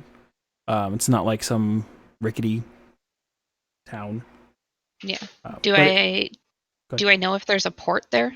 Like if there is a port, it's not like Vapid Bend. You know all the cities on the river all have some kind of port or dock. Okay, I just want to make sure. It's just Vapid Bend is the place, as you guys all learned, is the place where any service going downriver they exchange taxes. Anything going into the Gulf is where they check papers and everything before it leaves the river. Do I know the town or the name of the tower town? The tower? Or are you talking about, is Rakana the town you were talking about? Rakana is the tower town I was talking about. You know of this place. Only rumors of it, of some tower that's locked. No one's ever seen going in or out. Okay. Other than that, nothing more than that. Alright. Well, if we go back to the river, we could probably catch a ferry that'll bring us up towards Rakana. We're going there? I mean, it's the next stop, and then that way we don't have to walk all the way and then find a ferry across anyways. Seems like the smarter decision to make. There's not. I think. What about?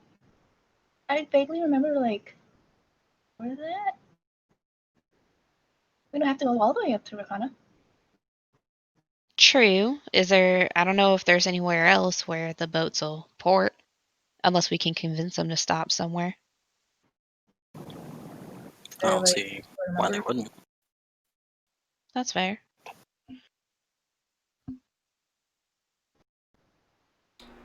So you guys are heading to... I was going to say, maybe easier to tell them that we're heading up to Rakana and then have them drop us off earlier versus if we just tell them right away, they might not want to stop and make that or lose that extra time, if that makes sense.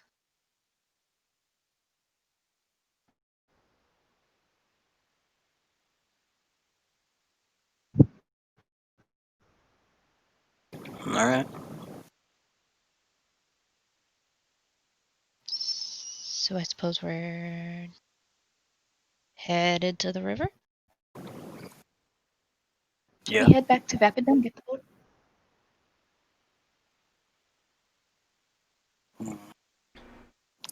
I don't know. We could ride to Wildwell.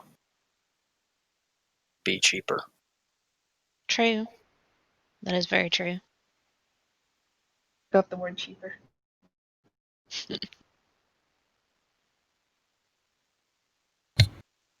what are you guys doing? What's the plan? Heading to Wildwell? Are you going to go through the remote highlands or up the coast? I vote up the coast. Same. As much as as much as my character would like the remote highlands, it's very dangerous. I don't want anybody to steal my money. Yeah, I'd be more afraid of them stealing your life than your money. Not many things in the remote highlands need money, but they need meat. Yeah. We'll just chuck his old pocket meat bag at him. So you're going to head back to Vapid Bend and head north up to Wildwell? My pocket meat. I mean, can we just... How big is this hill? Can we It's... go through? You could certainly try. The way we came didn't take very long, so... It'll cut about... Travel, like, distance-wise, it'll take off about a day. We're not in a super big rush to get to Sandvale, so... I mean, but weren't we, though? Isn't that Dwarf's Town under attack? I don't think so. I think that already happened. So there's not really much we could do to change that. The issue is they think that they found a way to seal the hole, and I think they're wrong. Yeah. Well, okay then. So back to Vapid Bend and then up the coast. Not necessarily into Vapid Bend unless you want to stop there, but that direction. Fuck those guys. Fuck them. Okay, so you guys begin backtracking the way you came and then heading north up towards Wildwell. And that's where we'll end today's session. On your way to an unknown city, for the most part, to travel up into the freezing north. It's not that. That light blue is ice. It's not just lightly colored water. Yeah. Whatever. And you know how cold the north is. You're from there. That's why I was saying it's not that cold. That's true. You're more. All right. That's it. Yeah, first I'll